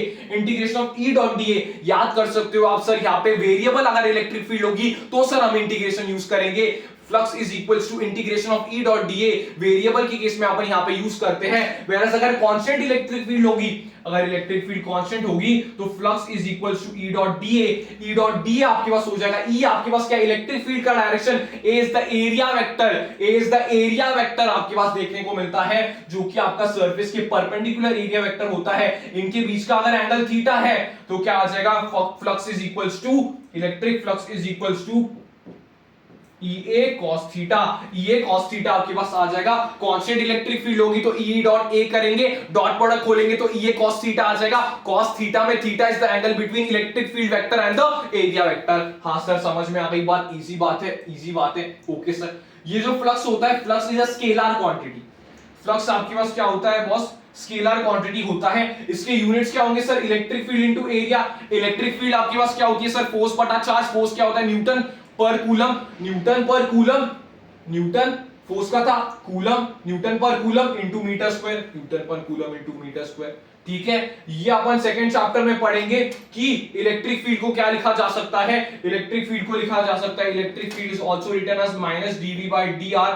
तो उसे वोल्ट पर मीटर भी कह सकते हो, इलेक्ट्रिक फील्ड को वोल्ट पर मीटर भी कह सकते हो, या फिर इलेक्ट्रिक फ्लक्स को वोल्ट इनटू मीटर भी कह सकते हो, इलेक्ट्रिक फ्लक्स को वोल्ट इनटू मीटर भी कह सकते हो। तो ये आपको देखने को मिलता है, दो यूनिट्स आपको देखने को मिलेंगे। हाँ सर, दो यूनिट्स देखने को मिलेंगे। स्केलर क्वांटिटी होती है, हाँ सर स्केलर क्वांटिटी होती है, electric field vector area vector के डॉट प्रोडक्ट से, स्केलर प्रोडक्ट से आती है, इसलिए स्केलर क्वांटिटी होती है। हाँ सर, स्केलर क्वांटिटी होती है। ओके सर, सर अगर जनरलाइज दिया होगा कि electric field Ex i cap में है, Ey j कैप में है और Ez k कैप में है, और एरिया वेक्टर का भी वैसे ही दिया होगा Ax i cap, Ay j cap और Az k कैप, तो हम कैसे करेंगे? तो सिंपल आप डॉट प्रोडक्ट यूज करोगे। डॉट प्रोडक्ट में क्या होता है, जो i के साथ होते हैं वो एक साथ रहते हैं, Ax एक साथ रहेगा, i कैप हटा दोगे क्योंकि i डॉट i कितना होता है, 1 होता है। हाँ सर, तो Ay आपके पास एक साथ रह जाएंगे, Ex Ez एक साथ रह जाएगा अगर आपके पास देखने को मिलेगा। तो यहाँ पे आपको डॉट प्रोडक्ट आना चाहिए। डॉट प्रोडक्ट में आप क्या याद रखोगे? डॉट प्रोडक्ट में आप ये याद रखोगे i डॉट i आपका 1 होता है, और i किसी भी परपेंडिकुलर के साथ किया होगा तो i जो परपेंडिकुलर होंगे उसका डॉट प्रोडक्ट क्या होता है, i dot k is equals to 0। तो ऐसे डॉट प्रोडक्ट के कांसेप्ट्स आपको यहाँ पे आने चाहिए इससे डील करने के लिए। ठीक है, समझ में आ गई बात? यस सर, समझ में आ गई हमें बात। तो ये आपके पास इलेक्ट्रिक फ्लक्स होता है। अगर इलेक्ट्रिक फ्लक्स आपको 3D सरफेस से पूछ रहा है तो 3D सरफेस में मोनोपोल्स जो मोनो चार्जेस होते हैं वो तो एग्जिस्ट करते हैं, तो यहाँ पे 3D सरफेस से जीरो नहीं कह सकते। जैसे गॉस लॉ फॉर मैग्नेटिज्म में मैग्नेटिक मोनोपोल्स एग्जिस्ट नहीं कर सकते, इसलिए वहां पे जीरो आया था। लेकिन यहाँ पे अगर आपका एक क्लोज सरफेस होगा तो फ्लक्स जो अंदर आ रहा है उसे आप नेगेटिव लोगे, और फ्लक्स जो बाहर जा रहा है उसे अपन क्या लेंगे, उसे अपन पॉजिटिव ले लेंगे। ठीक है, उसके बाद आपके पास आता है Gauss law for electrostatics. Gauss law for electrostatics क्या कहता है? The flux through a close surface is equals to q in by epsilon naught, that is closed integral multiple of E dot dA। Integral multiple नहीं, close integration of E dot dA is equals to q in बटा epsilon naught. ठीक है, समझ में आ गई? Electric field क्या होती है? इलेक्ट्रिक फील्ड सारे चार्जेस की वजह से, अंदर के चार्जेस हो या बाहर के चार्जेस हो, सारे चार्जेस की वजह से होती है। लेकिन चार्ज एनक्लोज्ड होना चाहिए। Charge must be enclosed in the Gaussian surface. तो गॉस लॉ ने क्या कहा? फ्लक्स जो आपके पास होता है through a 3D close surface is equals to q in बटा epsilon naught is equals to q in बटा एप्सिलॉन नॉट। ठीक है, समझ में आ गई बात? Yes sir. Imaginary Gaussian surface क्या होता है? It is the imaginary surface. Imaginary 3D surface यहाँ पे आपके पास देखने को मिलता है। फॉर एग्जांपल स्फीयर डेरिवेशन के लिए यूज होता है, सिलेंडर डेरिवेशन के लिए यूज होता है। It is a imaginary closed 3D surface यहाँ पे आपके पास देखने को मिलता है। 2D सरफेस नहीं होता, एक 3D सरफेस होता है जो कि क्लोज होता है। ठीक है, बात समझ में आई तो पकड़ लो। यस सर, पकड़ लिया। Okay sir. Gauss law is always valid. Gauss law जैसे एम्पीरियल सर्क्यूटल लॉ में कहा था मैंने, Amperian circuital law always valid होता है, वैसे ही Gauss law is also always valid. Sir लेकिन हम ऑलवेज तो नहीं यूज करते। Yes, we use for a symmetrical charge distribution, but useful only for symmetrical charge distribution. Valid तो हमेशा होता है, लेकिन यूज कहां पे होता है सर? सिमेट्रिकल चार्ज डिस्ट्रीब्यूशन में, स्फीयर के केस में, लाइन चार्ज के केस में, वो भी इनफाइनाइट लाइन चार्ज के केस में आपके पास यूज होता है। यस सर, समझ में आ गया। तो अपन गॉस लॉ को क्या यूज कर सकते हैं? अपन ऐसे इक्वेशन लिख देंगे, close integration of E dot dA is equals to q in by epsilon naught. तो अपन वहां से क्या निकाल सकते हैं? इलेक्ट्रिक फील्ड निकाल सकते हैं, जो मैंने आपको पीछे बताया कि उनके जो इलेक्ट्रिक फील्ड की डेरिवेशन आती है वो गॉस लॉ से आती है। सर गॉस लॉ अपन लगाएंगे कैसे? गॉस लॉ लगाते ऐसे है कि जिस भी पॉइंट पे आपको इलेक्ट्रिक फील्ड चाहिए होगी उसके अराउंड आपको एक गॉसियन सरफेस बनाना पड़ेगा। एक गॉसियन सरफेस आपको बनाना पड़ेगा ऐसे कि वो जो पॉइंट है वो उस गॉसियन सरफेस पे आए, वो पॉइंट जो है वो गॉसियन सरफेस पे आए। कैसे sir? Draw a Gaussian surface, the point to calculate electric field must be present on it। बात समझ में आई? हाँ सर, हमें बात समझ में आ गई। बहुत इजी सी बात है। Yes, angle between E vector and A vector must be 0, 90, 180। क्यों सर? ताकि अपनी कैलकुलेशन इजी हो सके।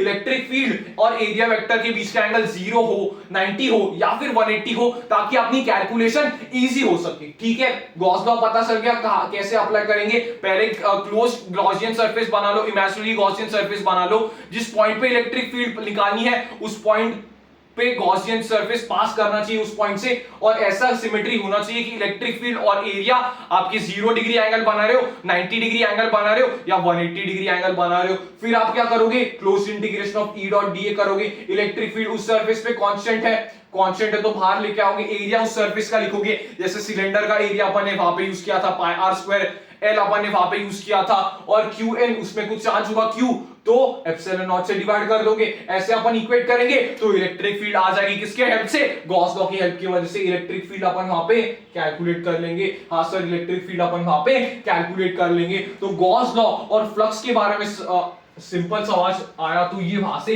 बोर्ड का क्वेश्चन बन सकता है, यहां से बी क्यू बन सकता है, बोर्ड का एक क्वेश्चन बन सकता है। इस वाले टॉपिक से बोर्ड सवाल आपको यहां पे देखने को मिल सकता है, इस वाले टॉपिक से बोर्ड क्वेश्चन देखने को मिल सकता है। गॉस लॉ बहुत इंपॉर्टेंट है, यहां से सवाल देखने को मिल सकता है। ठीक है, एक बार अच्छे से देख लो, इसे अच्छे से देख लो। Yes, okay sir. तो ये था आपका इलेक्ट्रोस्टैट्स का पहला lecture, that is electric fields and charges. I hope आपको पसंद आया होगा। यस, पूरा अपन ने थियोरी रिवाइज करने की कोशिश की, कुछ कुछ चीजें मैंने बताई जो कि आपके इंपॉर्टेंट हो सकते थे। आपका काम क्या करना है, इसमें डेरिवेशंस अच्छे अच्छे इसमें होते हैं, कुछ अच्छे डेरिवेशंस होते हैं, उन्हें आपको प्रैक्टिस करना है। डेरिवेशंस को आपको प्रैक्टिस करना है, डेरिवेशंस को आपको प्रैक्टिस करना है, और आपको क्या करने हैं, क्वेश्चन सॉल्व करने हैं। क्वेश्चंस आपको सॉल्व करने हैं, ये आपका होमवर्क हो जाएगा। डेरिवेशंस आपको प्रैक्टिस करने हैं और क्वेश्चन सॉल्व करने हैं। अगर ये आपने कर लिया तो आप सफिशिएंटली तैयार हो इस चैप्टर के लिए। अगर आपने क्वेश्चंस प्रैक्टिस कर लिए, इस माइंड मैप को देख लिया, डेरिवेशंस कर लिए, तो आप मोर देन सफिशिएंटली प्रिपेयर्ड हो इस चैप्टर के लिए। ठीक है, तो ओके, हो गया अपना ये चैप्टर अपना फिनिश हो गया है। तो अलविदा लेता हूं मैं आपसे। तो for more such amazing lectures stay tuned and subscribe for more such amazing videos. तब तक के लिए take care and best of luck.